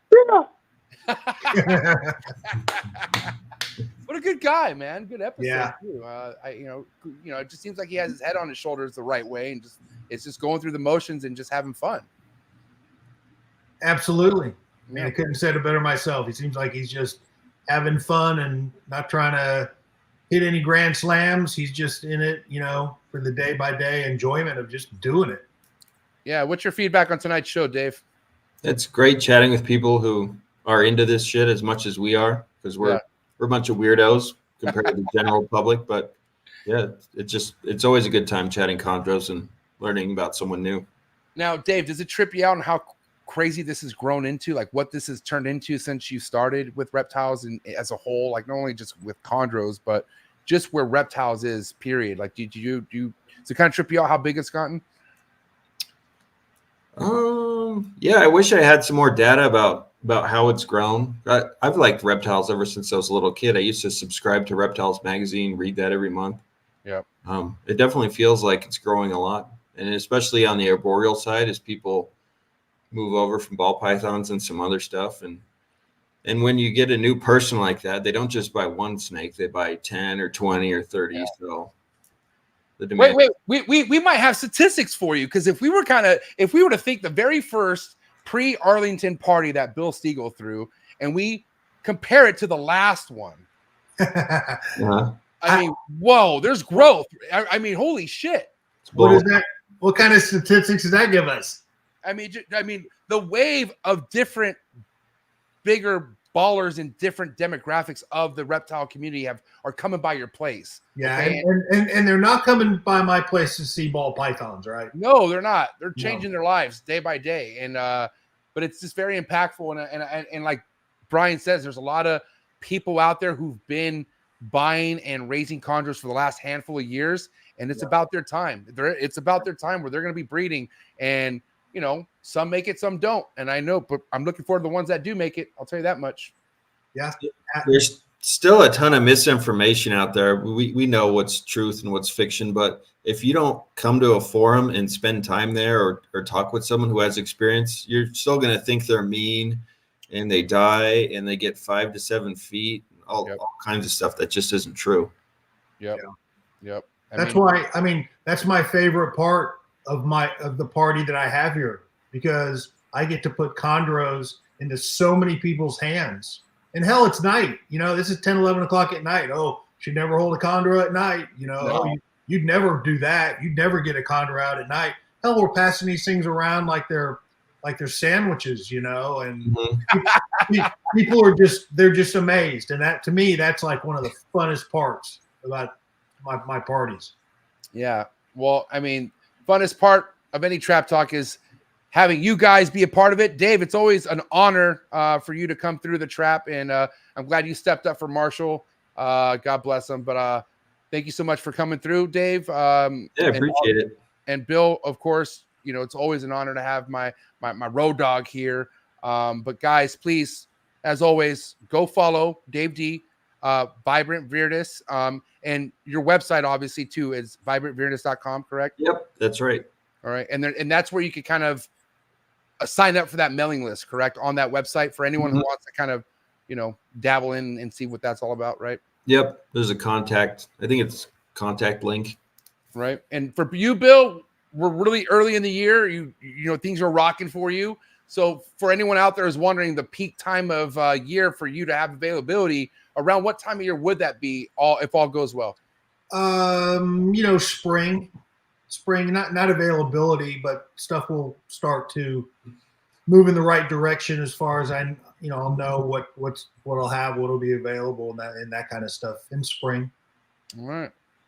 Well, I'm looking forward to it. And again, both of you guys, appreciate the assist and coming through, but it's a wrap for these two gentlemen. So give it up for Dave D and Bill Stiegel, the mayor, ladies and gentlemen. Thank you, Trap family. Appreciate you guys. Have a good night. Thank you so much. Thank you, guys. Peace. Great episode. That's all we have for this Tuesday segment of All in the Tree Tuesdays. I hope you guys enjoyed tonight's episode. I really did. I'm really stoked. Brian and I, like I said, we have that connection with Sock, and right away, he's a homie of mine if you're a homie of Sock. But then growing into tonight's episode and having him sit here on a show with Dave D and Bill Stiegel, two people that he really looks up to and inspired. Really, it's a moving episode, because Brian's obviously on a good path of where he wants to go with this collection. And I guarantee after tonight's show, he's only going to be going to bed and waking up super motivated and inspired. Just saying, all good things, all great things happening right here on Trap Talk. So thank you so much. If you enjoyed tonight's episode, it's never too late to hit the like button. So hit that like button, hit that subscribe button, hit that notification bell, select all. You'll be on top of every single podcast. And I'll catch you here Thursday night. The main event of the week goes down Thursday night right here on Trap Talk. All right. So see you guys here Thursday, 6 o'clock Pacific Standard Time. Have a good night. It's a wrap. Episode 435 in the books. See you at the top. Cheers.